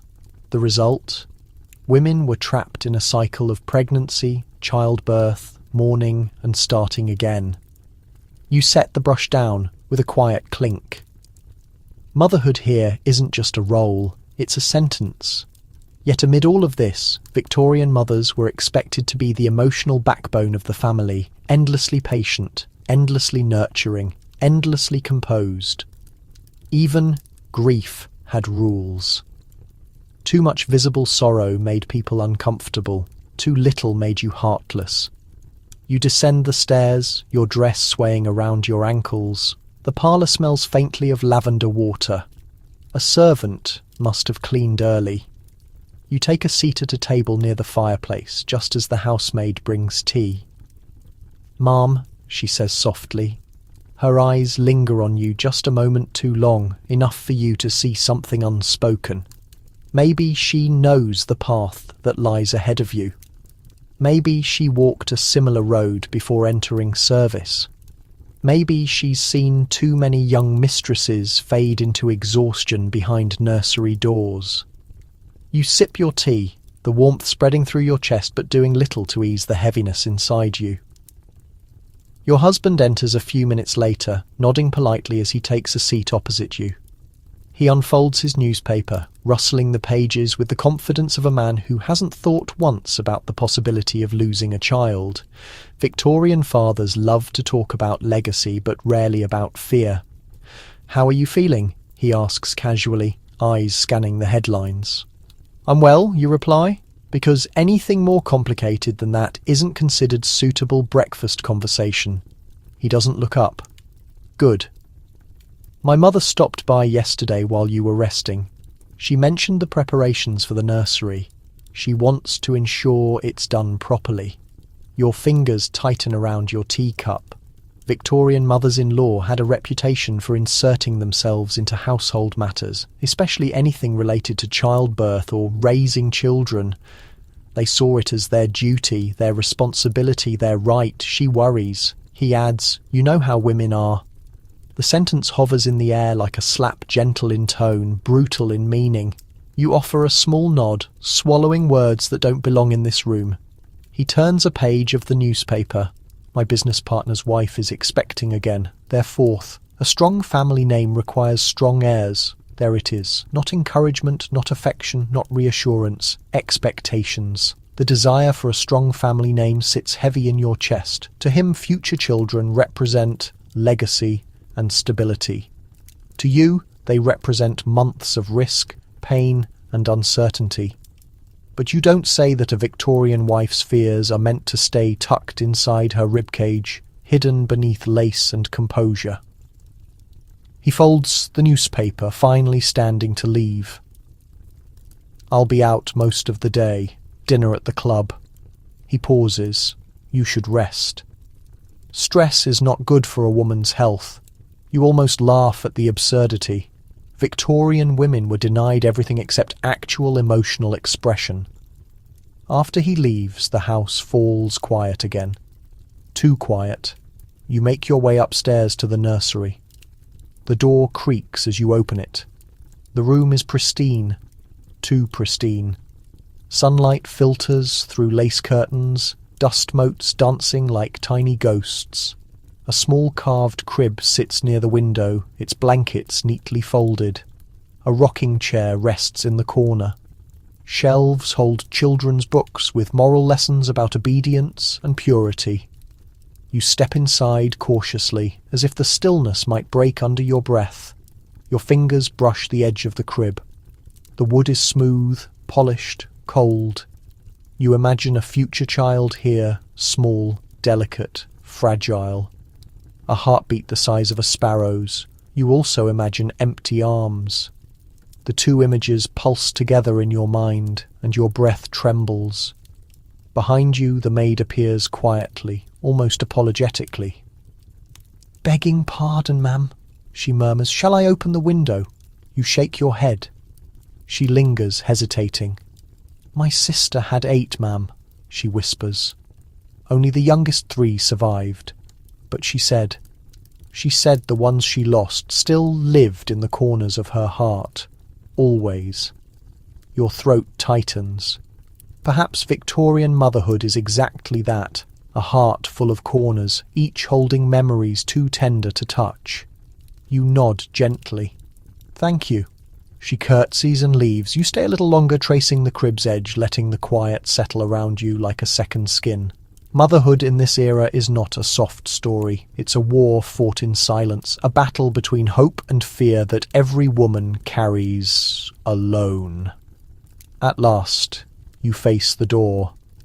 Behind you, the nursery stands waiting, steady and unmoving.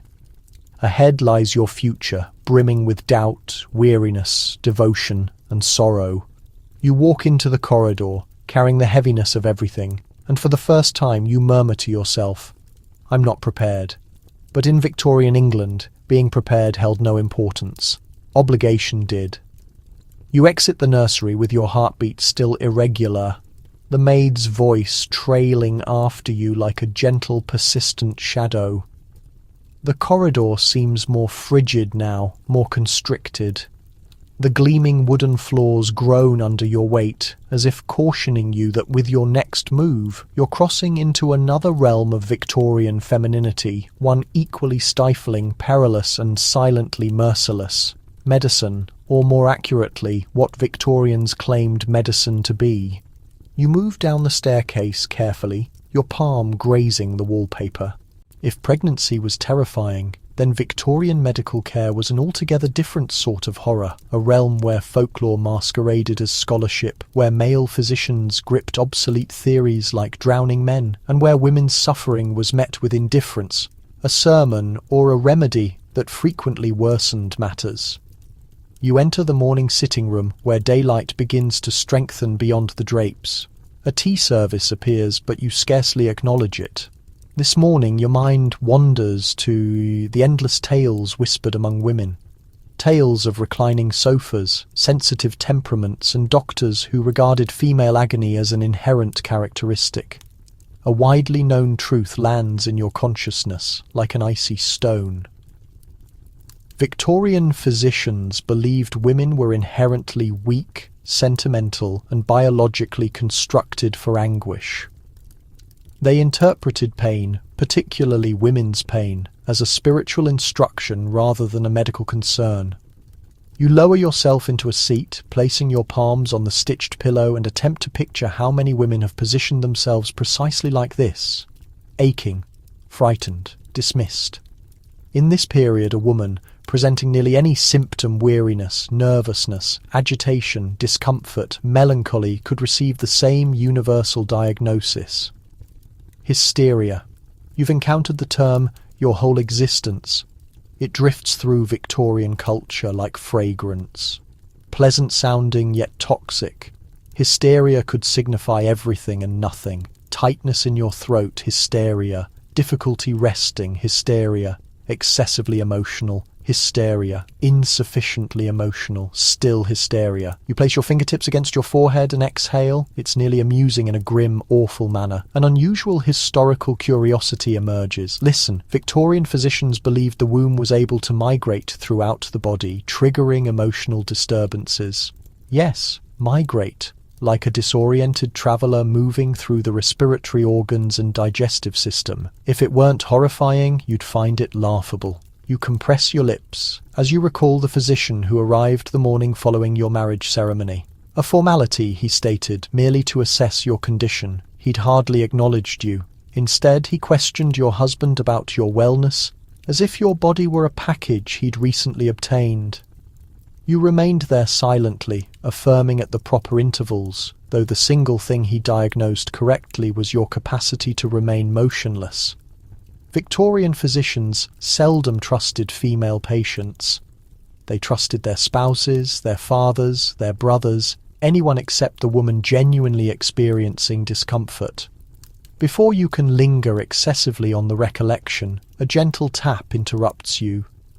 A servant enters.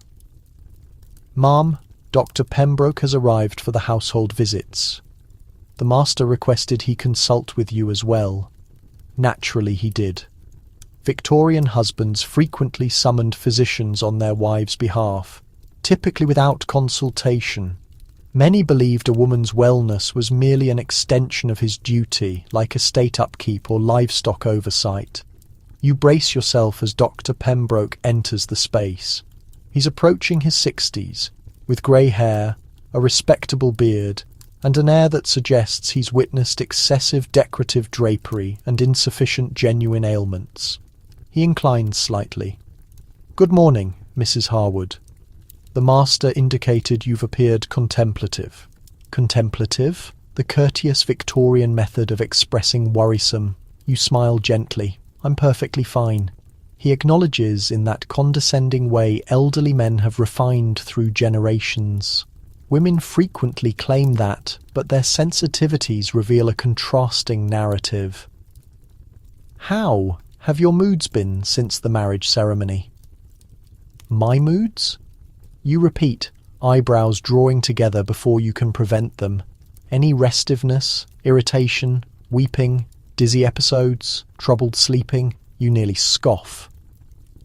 That inventory describes every Victorian woman who has ever lived. "I'm merely adapting," you respond evenly. "And your eating patterns," he proceeds.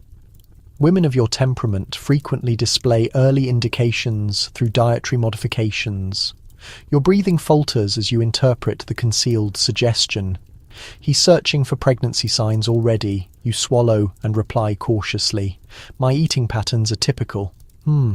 He records something in his journal, likely something unhelpful and emphatic like temperament volatile. Victorian doctors loved diagnosing conditions you didn't possess. It made them feel authoritative. He poses several more ambiguous questions, murmuring sympathetically at your every answer, then closes his journal with a content snap. Fatigue is typical in newly married women, he declares as if reciting memorized text. A brief remedy and regular rest should improve your constitution. Constitution.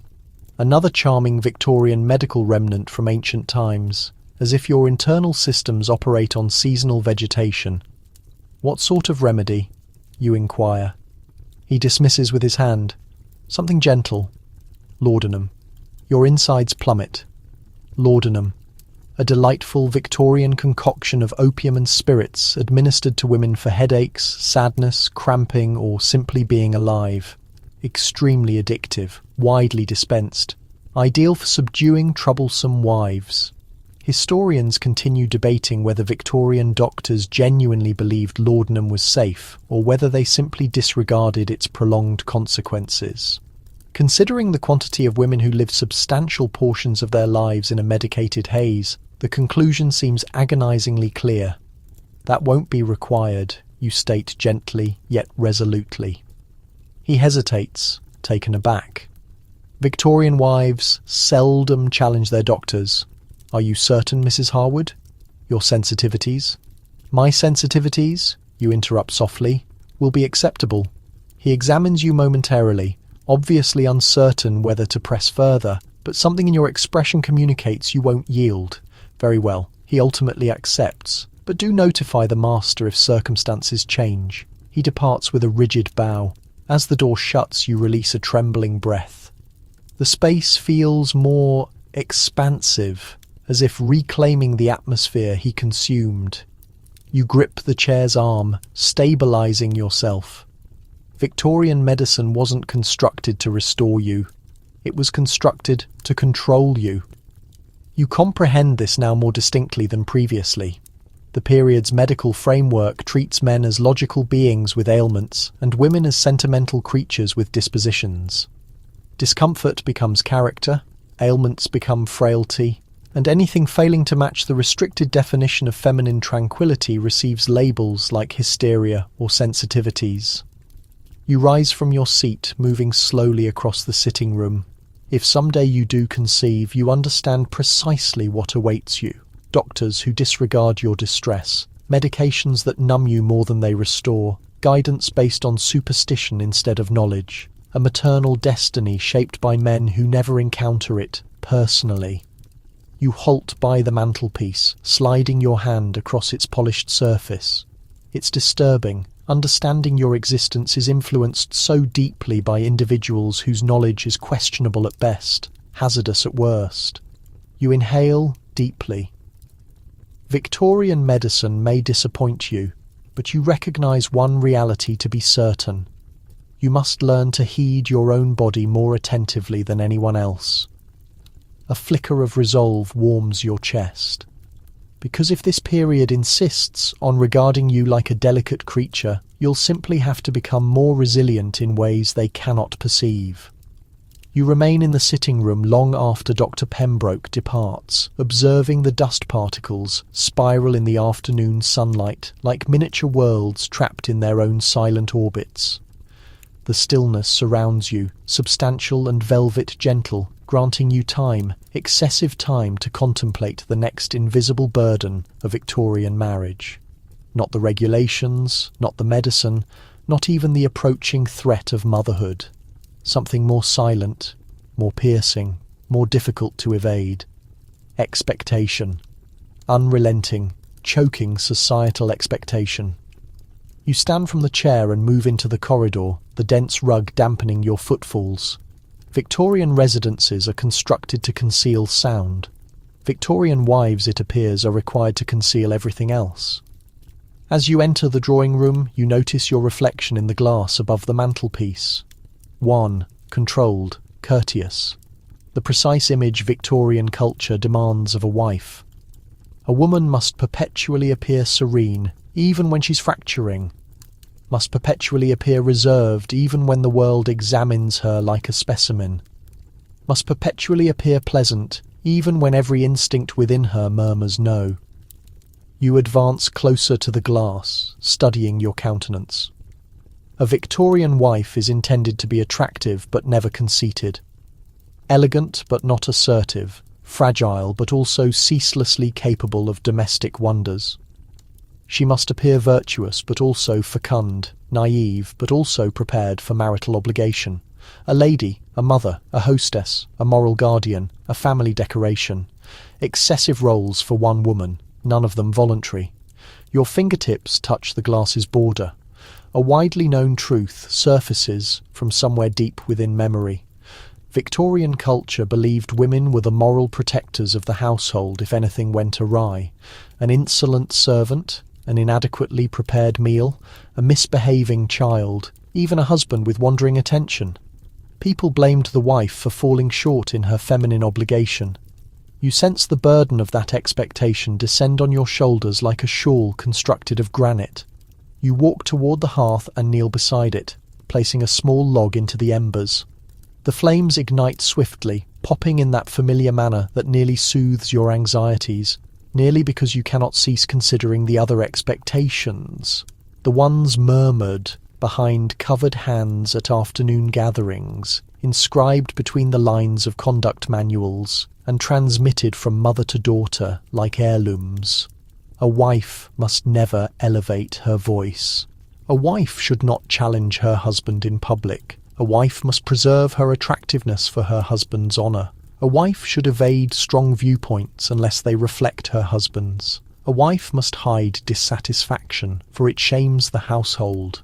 Victorians transformed womanhood into theatre, and the spectators were perpetually observing. You stand and move to the glass pane, gazing out at the carriage passing by. The street beyond contains a world of individuals you must continuously impress. Neighbours who whisper, merchants who evaluate. Even strangers who glimpse you from passing carriages carry expectations of what a respectable wife should be. An unusual detail appears.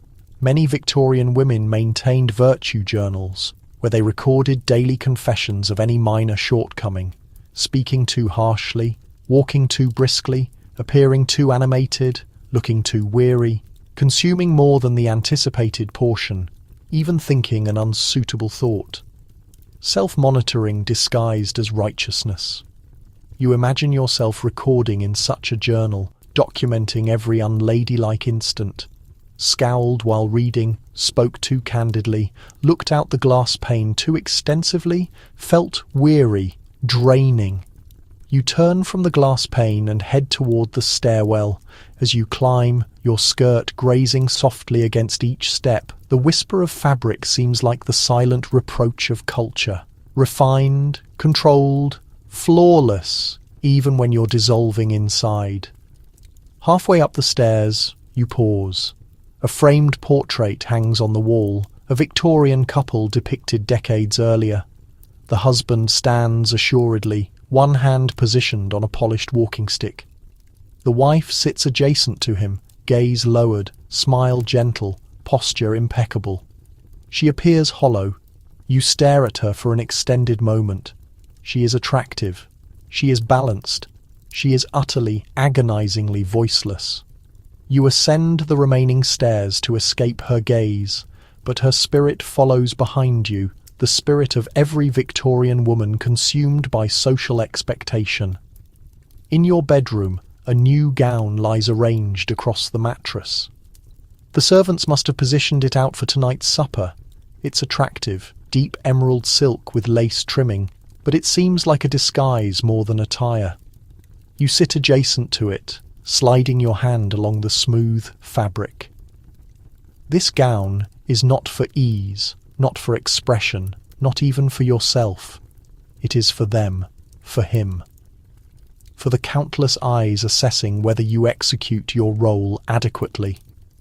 Victorian fashion is attractive, yes, but also constraining, emblematic of the very culture that moulds you. Corsets that constrict your breathing, gloves that conceal your contact, petticoats that burden you down, skirts that compel you to move slowly, gently, cautiously. A daily reminder. You must occupy space attractively, but never audaciously. As you lift the gown, you recall another widely known truth. Victorian women were evaluated harshly if they aged visibly.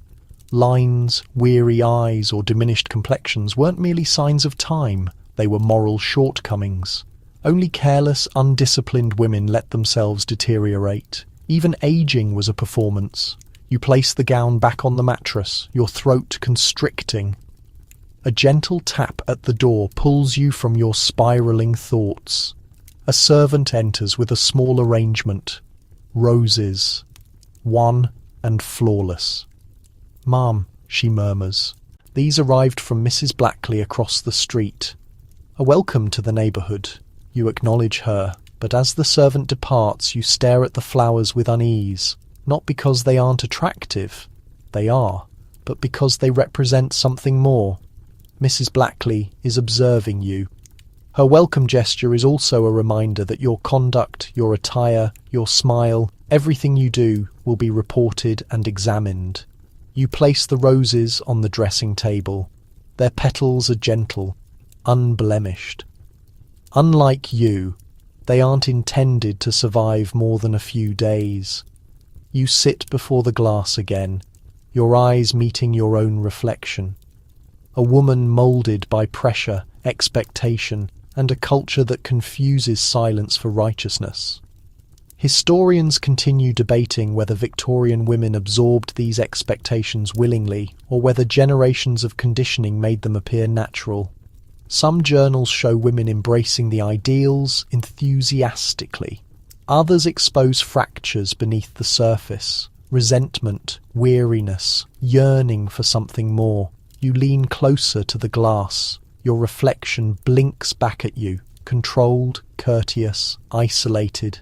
You touch your cheek gently, as if reassuring yourself that you're genuine, beyond the reflection, beyond the expectations. Tonight you will dress properly, smile, converse, and execute the role culture demands. But for now, privately, silently, you permit yourself one small defiance. You let yourself experience everything they say you shouldn't. Discomfort, apprehension, restlessness, aspiration, and beneath it all a spark of self still burning. Because even in a world constructed to mould you into something decorative, something compliant, something unblemished, you remain human, and that is the one expectation Victorian culture cannot fully eliminate. You remain positioned at the dressing table longer than you planned, your eyes drifting across the wan roses on the table. Their fragrance lingers gently in the atmosphere, pleasant, controlled, agreeable, in that distinctly Victorian manner that always seems like just one breath away from asphyxiating. You inhale, slow and measured, as if the perfume itself is a reminder of everything required from you: attractiveness, cultivation, and above all, restraint. But as you rise and walk toward the bedroom glass pane, you know the truth settling deep into your bones. Victorian existence isn't constructed on authenticity. It's constructed on facades, meticulously crafted, ceaselessly preserved, and harshly evaluated. Maintaining facades isn't merely part of marriage, it is marriage. You draw the drapes back and observe the street below.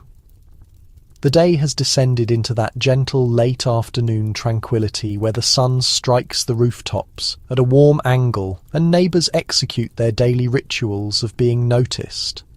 A lady in a violet gown emerges from a carriage with calculated refinement, pausing just long enough for anyone nearby to appreciate her. A gentleman tips his hat excessively deeply, but obviously for display. Two elderly women on a bench lean toward one another, murmuring so animatedly that you don't need to hear their words to know their subject is someone else's transgression. Victorian culture is perpetually observing and perpetually discussing. You turn from the glass pane, a slow breath escaping your lips. It isn't suspicion, it's actuality. The barriers of Victorian residences are substantial, but rumour moves through them like vapour. A misplaced remark over tea, a slightly creased gown, a servant conducting improperly. Each tiny deviation becomes a subject for the neighbourhood's unofficial pastime. Collective evaluation, a widely known truth, drifts to consciousness. In Victorian England, standing wasn't merely a social accessory, it was currency. A wife's entire social worth, her husband's position, even the future possibilities of her children relied on the consistency of her public image. You walk downstairs into the main corridor, the familiar cold marble meeting your slippers. A servant hurries past without meeting your gaze. She understands how fragile the boundary between proper household and scandalous catastrophe can be. If the servants stumble, you appear incompetent. If you stumble, the household appears unsalvageable. The drawing room awaits you with its pristine arrangement, the sofa angled precisely, the lace coverings perfectly aligned, the mantels dusted to an almost obsessive degree. All of it signals to visitors that you operate a disciplined establishment, that your husband made an excellent choice in marrying you. You sit gracefully on the sofa, even though you're alone. Victorian wives rehearse their posture the way musicians rehearse scales, not because anyone is observing at this instant, but because someone could be observing later. This is the draining part. It never deactivates. As you glance at the timepiece, a memory flickers. Your mother tightening your corset before your engagement gathering, murmuring. A woman standing is like fine porcelain. Once fractured, even the strongest adhesive can't conceal the fractures. At the time it sounded poetic, now it sounds frightening. A gentle tap interrupts your thoughts. It's the servant again, carrying a letter on a silver platter. From Mrs. Blackley, ma'am, she states. Naturally. The roses were the first warning signal. The letter is the continuation. You open it carefully. The penmanship is refined, exact, the kind that appears like it was composed by someone trained to make even her handwriting appear graceful. My dear Mrs. Harwood, I trust you are adjusting well into your new residence. Several ladies and I are organising an afternoon tea next Thursday, and we should be delighted for you to accompany us. It will be a small, personal gathering. Nothing excessive. Do wear something pale and flattering. Warmest regards, Clara Blackley. You close the letter with a sigh. Personal gathering, translation, your entrance examination into local culture. Wear something pale and flattering. Translation, we will absolutely evaluate your gown. You fold the letter carefully, because even paper must be handled courteously. Behind you, the servant lingers in the doorway, eyes shifting between you and the ornate carpet. Everything all right, ma'am? She asks timidly. Yes, you state softly. Just another invitation. She acknowledges, but her countenance reveals she comprehends more than she reveals. You rise from the sofa and head to the corridor glass. This time you examine yourself not for attractiveness, but for preparedness. Are you refined enough? Serene enough? Pleasant enough? Victorian culture didn't desire authenticity from wives. It desired flawlessness, ideally effortless, even when it required hours of preparation. Historians continue arguing whether Victorian women endorsed these expectations or merely tolerated them to survive. Most journals suggest a mixture of compliance, frustration, and subtle defiance, silent resistance beneath layers of lace. You smooth your hair, adjusting a few wandering strands. It's ridiculous, really, the pressure to appear unblemished when existence behind closed doors is anything but. A husband who doesn't perceive you, a medical framework that doesn't listen, a future filled with childbirth and apprehension. And yet, the world will evaluate your worth by your posture and your smile. At a tea gathering, the unfairness burns. Silently. You turn from the glass and walk into the dining space. The servants are arranging the table for supper, refined cutlery, arranged napkins, crystal glasses gleaming under gentle gaslight. They don't know your heart is racing. They don't know your mind is revolving with all the invisible regulations you must maintain. Your husband's footfalls echo from the main corridor. Here we go. He enters with the casual assurance of a man who has never worried about facades. A day in his existence. He kisses your hand lightly, an affectionate gesture, but also theatrical. Something he understands, culture admires. You look attractive, he states. You smile courteously. Thank you. I've arranged for a carriage. Tomorrow. We're visiting Lady Mayfair's estate. She desires to meet you. Your breathing halts, Lady Mayfair, one of the most influential women in the district, recognised for sharp conduct, sharper viewpoints, and an uncanny capacity to destroy standings with a single elevated eyebrow. Your husband seems oblivious to the tension curling inside you. It will be a beneficial opportunity, he states. First impressions matter. Naturally they do. Victorian culture pardons almost anything from men. From women, never. After supper, he departs for his evening cigar in the study, and you return to the drawing room. The diminishing light paints the barriers gold. The residence is silent except for the ticking timepiece and the distant murmurs of servants completing their tasks. You sit alone on the velvet sofa, hands arranged, posture flawless, rehearsing the version of yourself you must carry into tomorrow. Serene but not frigid, gentle but not feeble, refined but not conceited, reserved but not invisible, amiable but not presumptuous. It seems like balancing on a tightrope woven from threads of expectation.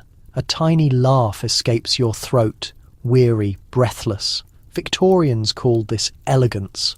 You call it endurance. Maintaining facades may not be the cruelest part of marriage, but it is the part that never ceases. And as the last of the sunlight diminishes, you comprehend something silently devastating. You are never truly yourself here. You are whoever they require you to be. Night descends over the residence like a substantial velvet drape, dampening sound, softening corners and deepening every shadow. The lamps flicker, their warm radiance trembling as if even the flame itself is uncertain. You sit on the border of your mattress, hands arranged carefully in your lap, staring at nothing in particular. A strange emptiness has begun to bloom inside your chest, subtle at first, like a faint breeze, but growing heavier with each passing day. This is the part of Victorian marriage no one inscribes about in conduct books, the part that conceals behind lace drapes and courteous smiles.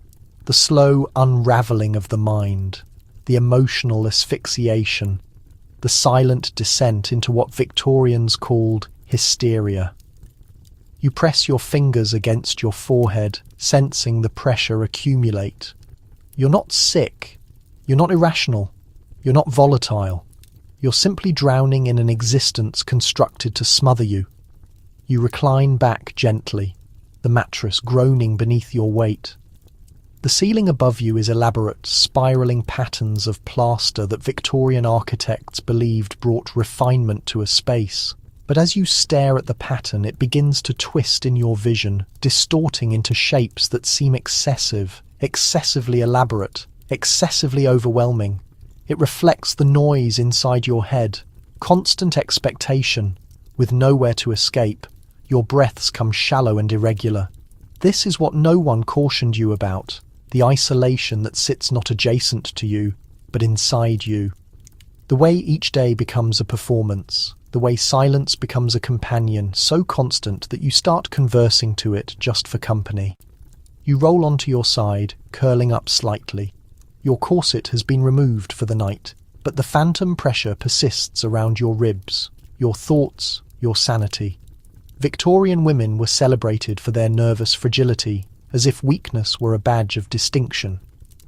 But what they call fragility was frequently something far darker. Depression, anxiety, isolation, weariness. And instead of compassion, women receive diagnoses. A widely known truth cuts through your thoughts. The Victorian period saw an explosion of mental health misdiagnoses, melancholia, female madness, hysteria, nervous frailty, or moral insanity. All catch-all terms for women who were dissatisfied, unheard, or simply overwhelmed. You close your eyes firmly. If you told your husband how you experience, he would likely summon Dr. Pembroke again. And Dr. Pembroke would prescribe rest, remedy, sedation, or recommend a rest cure, the infamous treatment that confined women to bed for weeks or months, forbidding them to read, compose, think, or engage in any stimulating activity. The cure for isolation was apparently more isolation. Your throat constricts at the very notion. You sit up suddenly, unable to recline still any longer. The space seems excessively small, excessively silent, excessively expectant. You cross the floor and open the glass pane slightly, letting frigid night atmosphere brush your skin. The breeze smells faintly of damp stone and chimney vapour grounding, genuine, alive. You breathe deeply, letting the coldness anchor you. Down in the street, a lamplighter completes his rounds. His lantern sways, casting extended shadows across the cobblestones. You observe him for a moment, wishing irrationally, desperately, that you could exchange places with him. His existence may be simple, but it is his. He walks where he desires. His mind belongs to him. Yours seems like borrowed territory. You close the glass pane and wrap your shawl around your shoulders. As you move across the space, your gaze lands on a reclining couch, the piece of furniture Victorian women were required to use whenever their emotions became excessive. But the couch wasn't made for fainting. It was made for silence, for concealing, for suffering courteously. You sit down slowly, sliding your hand along the curve of the wooden frame. This couch has held countless women before you, women whose minds buckled under the same pressures, women who murmured their apprehensions into the stitched cushions because no one else would listen, women who learned that fracturing silently was better than screaming loudly. Victorian homes weren't merely attractive, they were cages designed to contain women's feelings. You recline, shutting your eyes briefly, attempting to gather your thoughts, but the mind refuses to settle. Ideas swirl, they constrict, they orbit like wings seeking ground. Another recollection emerges, something the maid mentioned, her relative confined in a rural institution for hysteria following her second child's passing. Hysteria, they labelled it, though she was merely mourning. Victorian culture allowed no room for maternal grief. A proper household demanded proper feelings. You tremble. Scholars continue examining how many Victorian women were committed for emotional suffering instead of genuine psychiatric conditions, but the reality remains painfully obvious. Unhappiness itself could become insanity if you were female. A gentle tap on the door interrupts you. "Mistress," a servant murmurs quietly, cracking the door slightly. "The master requests your presence in the parlour before retiring." Naturally he does. Propriety must be preserved even after dark. You acknowledge and stand, straightening your gown. Your fingers shake faintly, but you conceal them within your skirt's fabric. Upon entering the parlour, your husband occupies an armchair, drinking port. The alcohol's scent is potent, thick, and you perceive immediately that he possesses a tranquility forbidden to you. He motions for you to sit. "You appeared withdrawn today," he remarks, not cruelly, but without genuine worry either, more as if noting a slight irregularity in domestic operations. "Operations? I'm acclimating," you respond. He drinks again. "Well, women mature into matrimony. It requires patience. Some anxiety is expected. There it appears, the term you've learned to hate. Anxiety, the Victorian catch-all for everything men couldn't comprehend and refuse to explore. You sit rigidly, hearing him discuss inconsequential topics, nodding when needed, performing serenity though your thoughts feel like they're unravelling at the seams. The exchange is brief, courteous, hollow. When you finally retreat to your chamber, your lungs feel compressed. You disrobe slowly, carefully, as if rushing might cause you to break. The servant assists removing your corset, her touch tender yet practised. She asks nothing. Staff are instructed to observe without commenting, to comprehend without revealing. Before departing, she hesitates. "Mistress," she whispers, "should you require anything, should you feel ill, you may summon me." Her tone is gentle, genuine, a thread in an ocean of demands. You nod thankfully. After her exit, you slide under the covers. The flame wavers once, twice, then stabilizes. You remain motionless, gazing into the shadowy space. You're not deteriorating mentally. You're being suffocated by an existence that never permits you to exist. The insanity isn't within you. It's surrounding you, embedded in the structure, threaded through the textiles, incorporated into the standards. And as slumber gradually claims you, one notion reverberates softly, silently in your consciousness. If Victorian spouses appear delicate, perhaps it's because they were never permitted to be authentic. Dawn illumination slides slowly across the chamber ceiling, pale and cautious, as if even daylight hesitates entering a Victorian union. You awaken to the gentle ringing of a faraway timepiece and the quiet movement of staff commencing their duties. The residence feels altered this dawn, colder, denser, almost vigilant, as though it recognises today you'll confront one of the most challenging realities about Victorian existence. Your husband doesn't simply possess social influence, he possesses legal, emotional, and complete individual authority. You rise, drawing the covers tight against the persistent cold. Your husband has already vacated the bed and the area beside you is cool, a sharp contrast to the overwhelming burden of his dominance. It's peculiar how someone can be physically gone, yet crushingly present in every aspect of your existence. You stand slowly and clothe yourself with the servant's assistance. Multiple petticoats, corsets and sleeves envelop you like ceremonial protection, lovely but heavy. Victorian attire isn't simply garments, it's a declaration of who you're meant to be. Controlled, proper, confined. The servant tightens the corset strings. You gasp sharply. She apologises quietly, but you observe in her expression that she's performed this repeatedly for numerous mistresses. Tight bindings, tight regulations, tight existences, everything a gradual, quiet compression. As you descend the stairway, you notice your husband's office entrance. Partially open papers, arranged precisely on the surface. Accounting books, ownership records, letters to powerful men, all his possession, his alone. Victorian men existed with a freedom you can scarcely imagine. You pause in the entryway, your palm lightly touching the door frame. A common fact emerges. Under Victorian legislation, your husband commands everything you possess, everything you generate, and everything you represent. Your inherited belongings become his. Your earnings, if you're allowed any, become his. Even your physical form legally belongs to him. In this instant, positioned at his office threshold, you experience that reality pierce you like frozen metal. A collection of closed correspondence rests on the surface. Some concern his commerce, some are social requests, but one specifically draws your attention. Directed to your husband from his attorney. You can't discern the details from this distance, but the seal itself reminds you that you possess no authority to examine it. The legislation considers you incapable of comprehending such affairs. What's more troubling? Victorian culture considers that appropriate. You withdraw from the office before the unfairness corrodes too profoundly into you.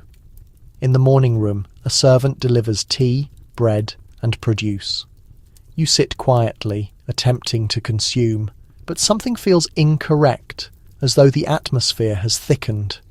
You feel observed not by the staff, not by your husband, but the burden of assumption itself, the assumption that you must accommodate everything, tolerate everything, and challenge nothing.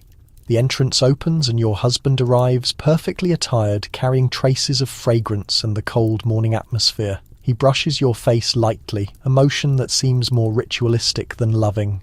"Good day," he states, pouring himself coffee. "I'll require you to participate in a philanthropy gathering this afternoon. My non-attendance would appear unfavourably on us, though he intends on him.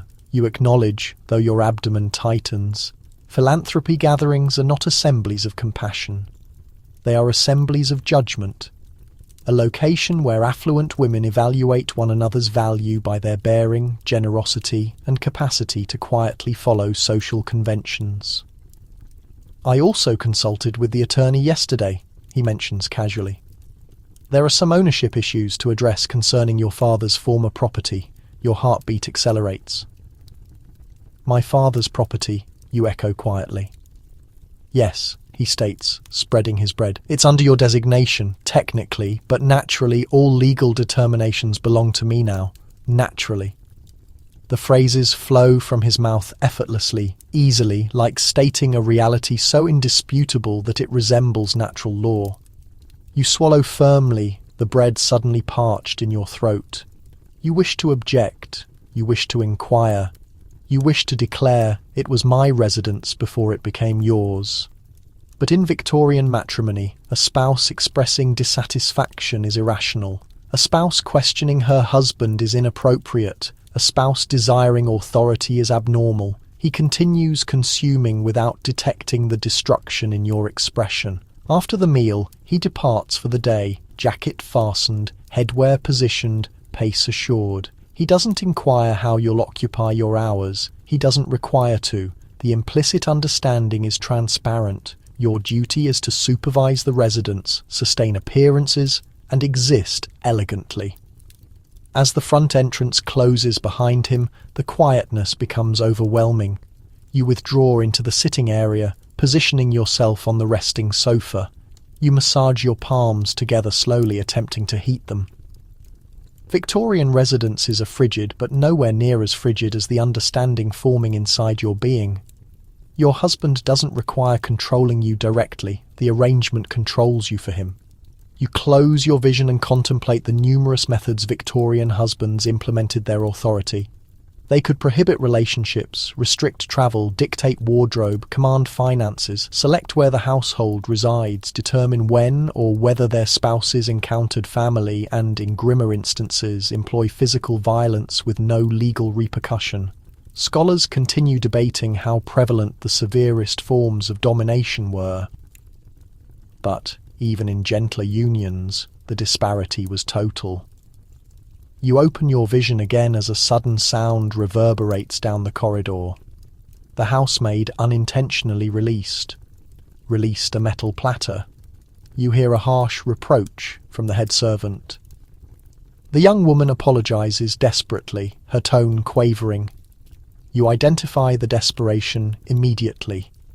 Terror. The terror of disappointing someone who commands your destiny. You and the servant are distinct in status, but painfully identical in circumstances.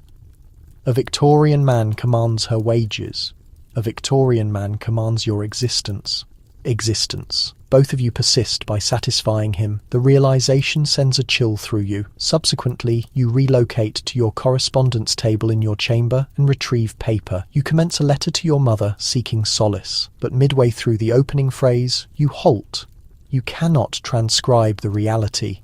You cannot state, I feel imprisoned.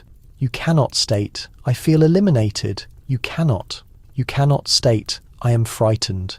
Victorian correspondence is frequently recited aloud to husbands. Confidentiality is a privilege you no longer maintain. You crumple the paper gradually. Instead, you transcribe something pleasant, optimistic, meticulously constructed, the written form of a manufactured grin. My matrimony is progressing satisfactorily. The household occupies me. I am functioning adequately. Deception after deception after deception. You seal it, moisture forming behind your vision. By the time afternoon materializes, you sit in the passage, awaiting the transport that will convey you to the philanthropy gathering, the subsequent phase of your presentation. Staff hurry around as though the residence itself is preparing you for exhibition. You glimpse yourself in the looking glass.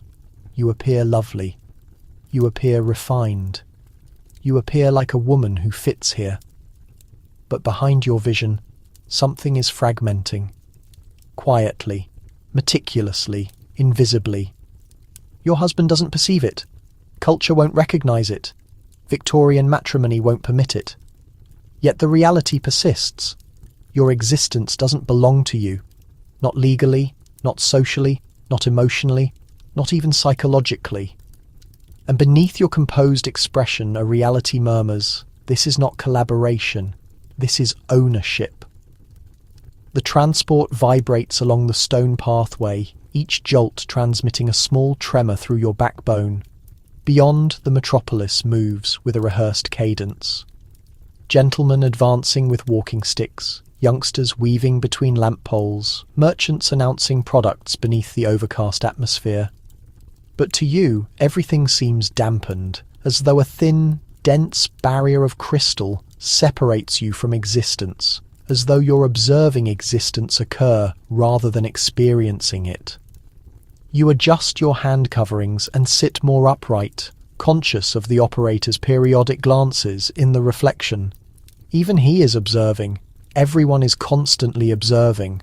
The requirement to seem composed hasn't abandoned you for a single instant since the morning meal. But today's expedition doesn't conclude at a tea assembly. It concludes at something far more discomforting. A discussion about marital dissolution, or rather the impossibility of it. Because every Victorian spouse, whether content or discontent, eventually confronts the identical what occurs if the union collapses. The brief, harsh response? Nothing, because you possess no escape. Your respiration catches slightly as the transport moves onto a more isolated lane bordered with elevated brick residences and creeping ivy barriers. You're not travelling to the solicitor. That would be too scandalous, too frantic, too audacious for a respectable spouse. You're travelling to Lady Mayfair's property, the sovereign of murmured realities, the woman everyone approaches when they're too afraid to consult a lawyer. When the transport halts, you take a stabilizing breath. The attendant opens the entrance. You emerge onto the stone walkway, footwear grinding softly against stones. Lady Mayfair's residence towers beyond you, refined but commanding, the variety of house that appears like it could consume confidences entirely. A servant guides you inside through a labyrinth of crystal fixtures and decorated passages until you arrive at a small sitting area. Lady Mayfair waits by the aperture, a teacup held gracefully between her digits. She is elderly, with metallic hair arranged in a stately fashion and vision acute enough to penetrate the densest facade. "Mrs. Harwood," she states cordially, though her examination is analytical. You already do sit. You comply, clasping your palms neatly in your position. She takes a measured sip of tea, then places the cup down with a gentle sound. "I understand you've adjusted into matrimony satisfactorily." Satisfactorily? A term with countless implications. You produce force, a minimal grin. "I'm attempting my utmost." Lady Mayfair examines you for an extended instant. The chamber feels too heated, too silent, too dense. "Let us not feign," she states finally. Every new bride contemplates at minimum once what her alternatives are. Your circulation stops. She detected. Naturally she did. Lady Mayfair possesses the remarkable capacity to perceive the reality beneath any courteous grin. I'm uncertain what you signify," you murmur. "Oh, my dear," she responds quietly. "You wouldn't be the initial young spouse to discover herself overwhelmed, and you won't be the final. You lower your examination, uncertain whether to feel reassured or vulnerable." Lady Mayfair inclines closer. "Tell me directly, do you feel imprisoned?" You don't respond. You don't require to. The quietness communicates everything. She exhales, not without kindness. "Let me inform you something significant, Mrs. Harwood. Victorian matrimony is not a collaboration, it's an agreement, and if you desire to terminate it, the legislation will strangle you. Your abdomen churns, a common reality, descends like a mallet in your consciousness. Before 1857, dissolution in England demanded a private legislative act. After 1857, it became merely devastatingly challenging instead of unattainable. Lady Mayfair signals for the servant to distribute tea. Then for a man to dissolve a woman, he must demonstrate infidelity. She pauses. For a woman to dissolve a man, she must demonstrate infidelity and brutality, or infidelity and abandonment, or infidelity and multiple marriage. Infidelity alone is insufficient for you. The legislation does not trust women with independence. You grip your teacup firmly. Lady Mayfair's tone lowers to a murmur, and even if you prevail, even if the tribunals believe you, you forfeit everything. Your standing, your residence, your earnings, your offspring. A piercing pain penetrates through your being. She continues, her tone intensifying. The legislation will deliver them to your husband without hesitation. Your throat feels constricted, your respiration shallow. Forfeiting a residence is one matter, forfeiting your reputation another. But forfeiting your offspring, your theoretical offspring, your future offspring, is a suffering so enormous it seems like an exposed injury. Lady Mayfair observes your reaction intently. This is why most women persist, she murmurs. Not because they are fragile, but because the legislation leaves them no alternative selection. You stare at your teacup, unable to vocalize. A tempest expands inside your ribs. Terror, fury, disbelief, sorrow, all intertwined together. You must comprehend something critical, Lady Mayfair adds tenderly. A Victorian spouse cannot afford to descend from favour.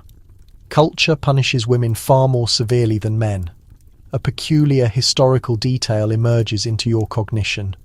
When a Victorian man committed infidelity, culture called it misconduct. When a Victorian woman committed infidelity, culture called it devastation. Lady Mayfair's tone sharpens. Do not provide them a justification to devastate you. You swallow firmly. Is there truly no liberation? She exhales, her expression softening. There are separations, quiet arrangements. But even then, your husband may command your finances, your travels, and your offspring. The tribunals rarely support spouses. You feel yourself diminishing, dissolving, vanishing. What should I accomplish, you murmur? She examines you for an extended, heavy instant. Then she states, you persist. You master the regulations so thoroughly you can manipulate them without violating. You safeguard yourself quietly. You construct influence in darkness, and when the existence gives you no entrance, you create an aperture. A peculiar flicker of fortitude stirs in your being. Lady Mayfair grins faintly, as though she perceives it. Remember Mrs. Harwood, she states quietly. Victorian men possess the authority, but Victorian women, we possess the confidences. The transport ride residence feels altered. The metropolis is the identical. Your residence is the identical. Your husband's authority is the identical. But you are not the identical.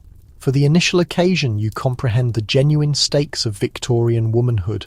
Not merely compliance, not merely presentation. Persistence, intelligence, intelligent quiet, calculated persistence. As the transport rolls toward the residence, you don't feel liberated, not even remotely. But you feel something novel. Consciousness, acute and hazardous. An instrument that Victorian culture never intended you to possess.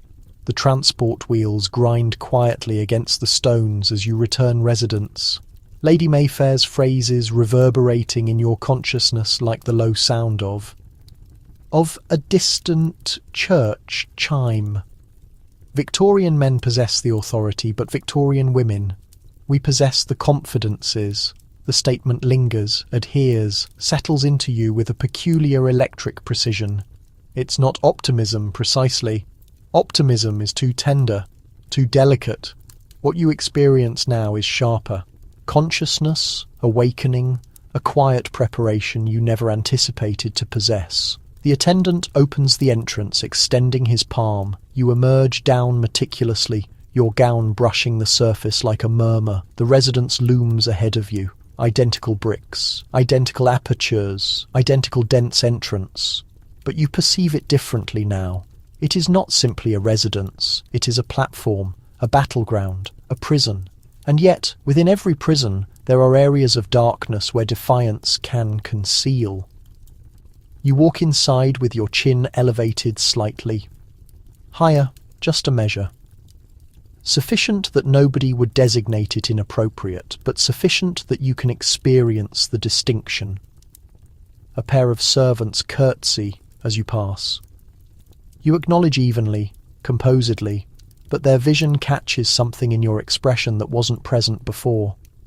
Not assurance precisely, not rebellion. Something quieter, a flame behind the fabric. You ascend the stairway, your palm grazing the railing. Each movement feels like the commencement of something, though you still don't comprehend what. Because now arrives the strangest, most unexpected element of Victorian matrimony. The women who persisted it not by compliance but by calculation. The women who resisted, quietly, intelligently, persistently. You push open the entrance to your chamber and pause. On your vanity rests the arrangement from Mrs. Blackley, the petals slightly withered. You relocate it aside, tenderly but intentionally, and sit before the looking glass. Your reflection stares back. Organised hair, composed expression, perfect bearing. A respectable spouse, a proper woman. But now you recognise there's a version of you behind the looking glass is not nearly as delicate. Lady Mayfair was correct. Victorian spouses were expected to surrender until they fractured, but not all of them did. Some of them mastered to surrender like metal. After a few instants, you stand and relocate to your correspondence table. The envelope from your mother rests where you abandoned it earlier. You draw it closer, digits brushing its boundaries. You could transcribe another pleasant, sanitized letter, or you could transcribe something more hazardous, more genuine. You open a novel sheet of paper, immerse your writing instrument, hover. And then, instead of transcribing your terrors or frustrations, both too hazardous to place in ink, you transcribe meticulously encrypted lines. The variety of subtle communications women employed to transmit each other when men were constantly reading beyond their shoulders. I am discovering my grounding. Matrimony is educational. The residence is extensive, but I am mastering its areas. I am mastering my position and how to modify it. Only another woman would comprehend the subtext. Only a mother would interpret between those lines and hear what you genuinely intend. You seal the letter with a quiet exhalation. One movement. Small, simple, but yours. When you return to the passage, a gentle noise captures your attention. The entrance to your husband's office is fractured open and tones drift out. She seems doubtful, a man states, unfamiliar, possibly a commerce partner or a distant relative. She'll adjust, your husband responds. They constantly do. A spouse just requires guidance. You experience something ignite inside you. Not rage, not sorrow. Something steadier, a recognition of the battleground. This is how he perceives you. Someone to be moulded, someone to be supervised. But Lady Mayfair's tone returns.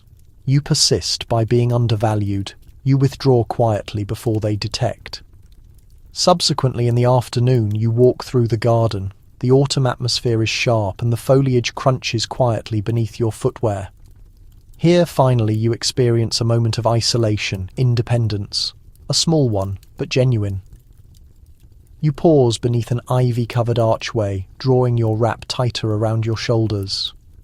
This garden was constructed long before you materialized. Precisely trimmed barriers, commanded blooms. No space for wilderness. But you detect something the gardeners overlooked.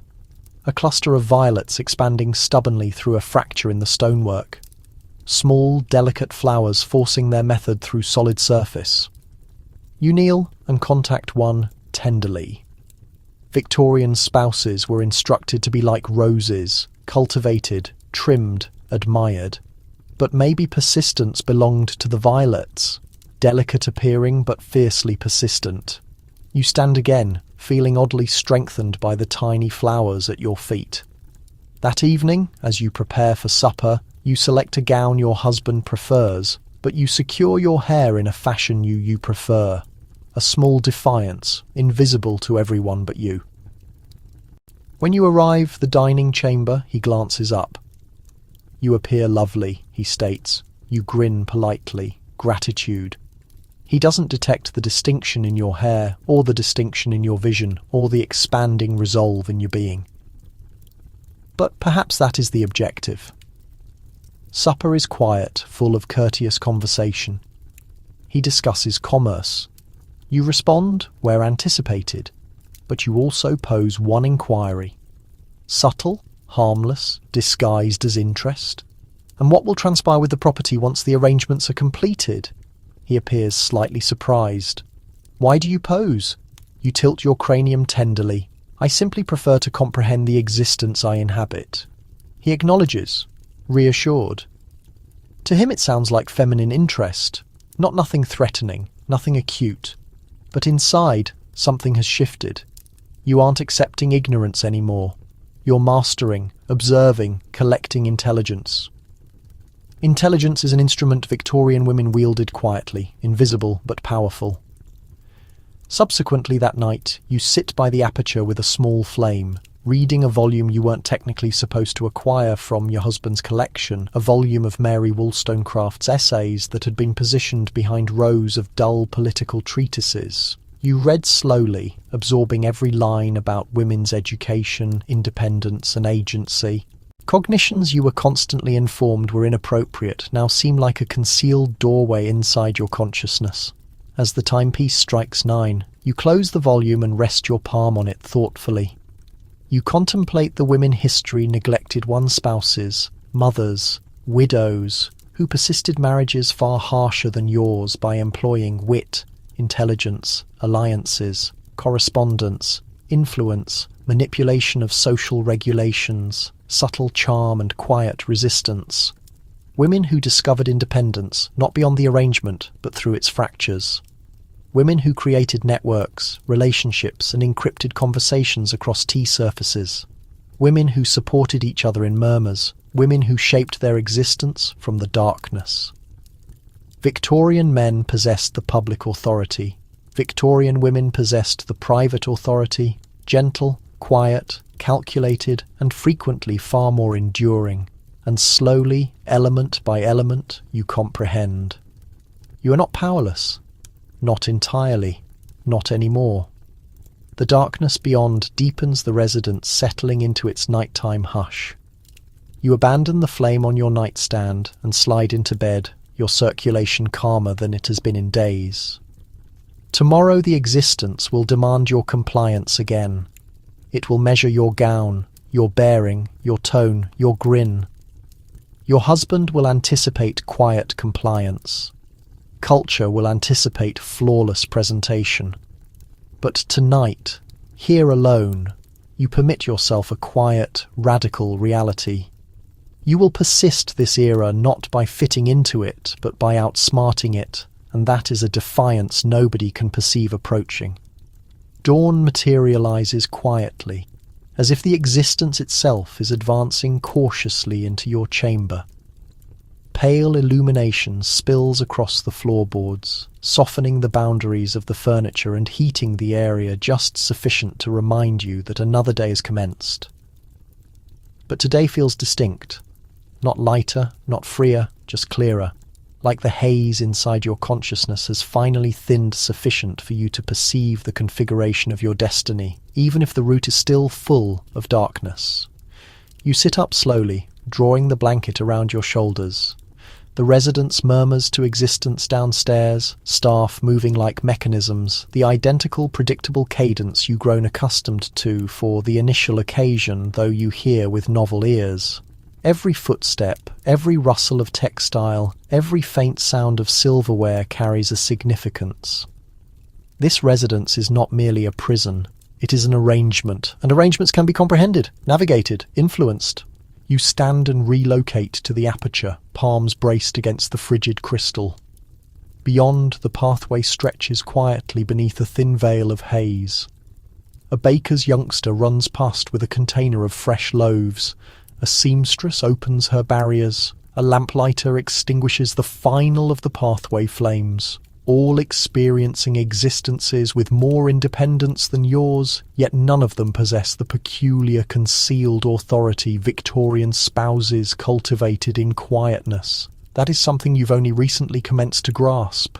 You murmur quietly to your reflection, though the crystal offers no response. What will my Victorian destiny be?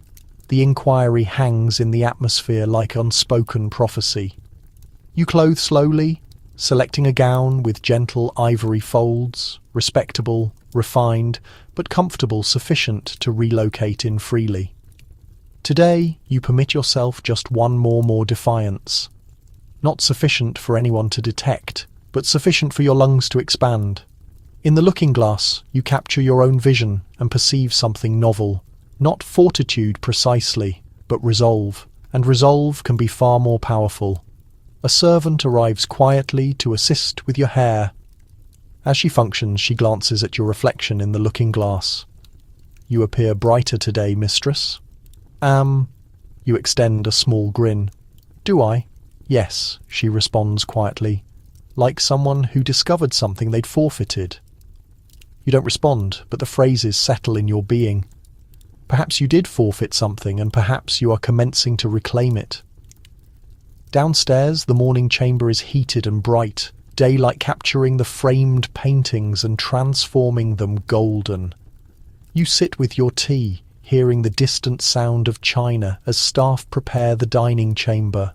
Your husband arrives soon after, attired smartly, reading a folded newspaper. He greets you politely and occupies his position. The two of you exchange routine pleasantries, the atmosphere, his commerce afternoon engagements. But beneath the familiar script, you perceive something subtle changing. He doesn't detect that you're examining his phrases, his motions, his tone, the areas between his phrases. You are mastering the landscape of his personality, mapping the contours of his patterns, the method Victorian spouses before you did. Not out of devotion, but out of necessity. Intelligence is your barrier now, and he does not yet comprehend your carrying it. After he completes his coffee, he stands and adjusts his jacket. "Lady Harwood," he states tenderly, a rare gentleness in his tone. "I trust your day will pass pleasantly." "It will," you respond, your tone steady. "I possess much to attend to," he acknowledges, reassured by what he doesn't recognize. Perhaps by the composed method you sit, perhaps by the pleasant cadence of your tone, perhaps by the illusion of compliance you've perfected. Before departing, he pauses, as though searching for the appropriate phrases. "You're adjusting adequately," he states. "I'm pleased of it." You lower your cranium slightly. "Gratitude." But inside, you hear Lady Mayfair's tone murmuring again. You persist by being undervalued. He departs, and the residence exhales. So do you. You occupy the late morning walking through the garden, hand coverings brushing against the tops of lavender bushes, skirt murmuring across stone roots. There's something grounding about the outdoors, a reminder that the existence is larger than parlours, ledgers, and curated grins. As you move forward, you think about the women who walked this path before you, those who built their existence within Victorian society's rigid boundaries. Some discovered power through charitable work, some nurtured strategic friendships, some ran their homes with military-like efficiency, some created peaceful scholarly existences in reading rooms and drawing rooms, some penned correspondence that concealed entire revolutions within their words. Some remained trapped inside the structure, yet still discovered methods to reshape it. You stopped under the canopy of climbing roses, recalling the violets pushing through fractured stone with determination. Those persistent little blooms paid no attention to conventions. They simply flourished wherever possible. Perhaps that was all Victorian women were ever attempting to achieve. By mid-afternoon, you come back inside and settle at your writing desk. A pile of domestic documents needs your attention. Financial records, meal plans, social requests, calendars, expenses. Responsibilities that previously felt overwhelming now seem like small possibilities. You lift the ledger and examine the notations. A minor detail draws your attention. a charitable contribution your husband approved, bearing his clear signature. Without studying the particulars, you make a mental reminder. The organisation is led by Mrs. Penbury, a famously powerful woman whose events draw the area's most esteemed wives. If you join her upcoming gathering, you might discreetly enter a fresh social network. Not from vanity, from strategy. Victorian society may be harsh, but social connections hold strength. Exchanges observed, gossip captured, partnerships established. You start to comprehend why women during this period were both ignored and dreaded. They exchanged power in spaces men never bothered to notice. You close the ledger carefully and put it aside. This is your emerging arena. These are your instruments. Later that day, you navigate through the house with renewed awareness. You discuss dinner arrangements with the cook, observing which meals your husband favours and which occasions might demand a more impressive demonstration of household skill. You coordinate with the butler regarding guest hours. You console a maid who injured her finger, showing her the type of compassion that wouldn't suit your position but absolutely suits your nature. And throughout it all, the elements arrange themselves silently into patterns. The manner the household operates, the way the community observes, the way your husband behaves, the way society functions. You are understanding your environment, and when a woman understands her environment, she is no longer adrift inside it. That night you withdraw early to your chamber. The maid assists you in removing your dress and loosening your corset. And after she departs, you rest at the side of your bed, sensing the stillness drape across your shoulders like a gentle wrap.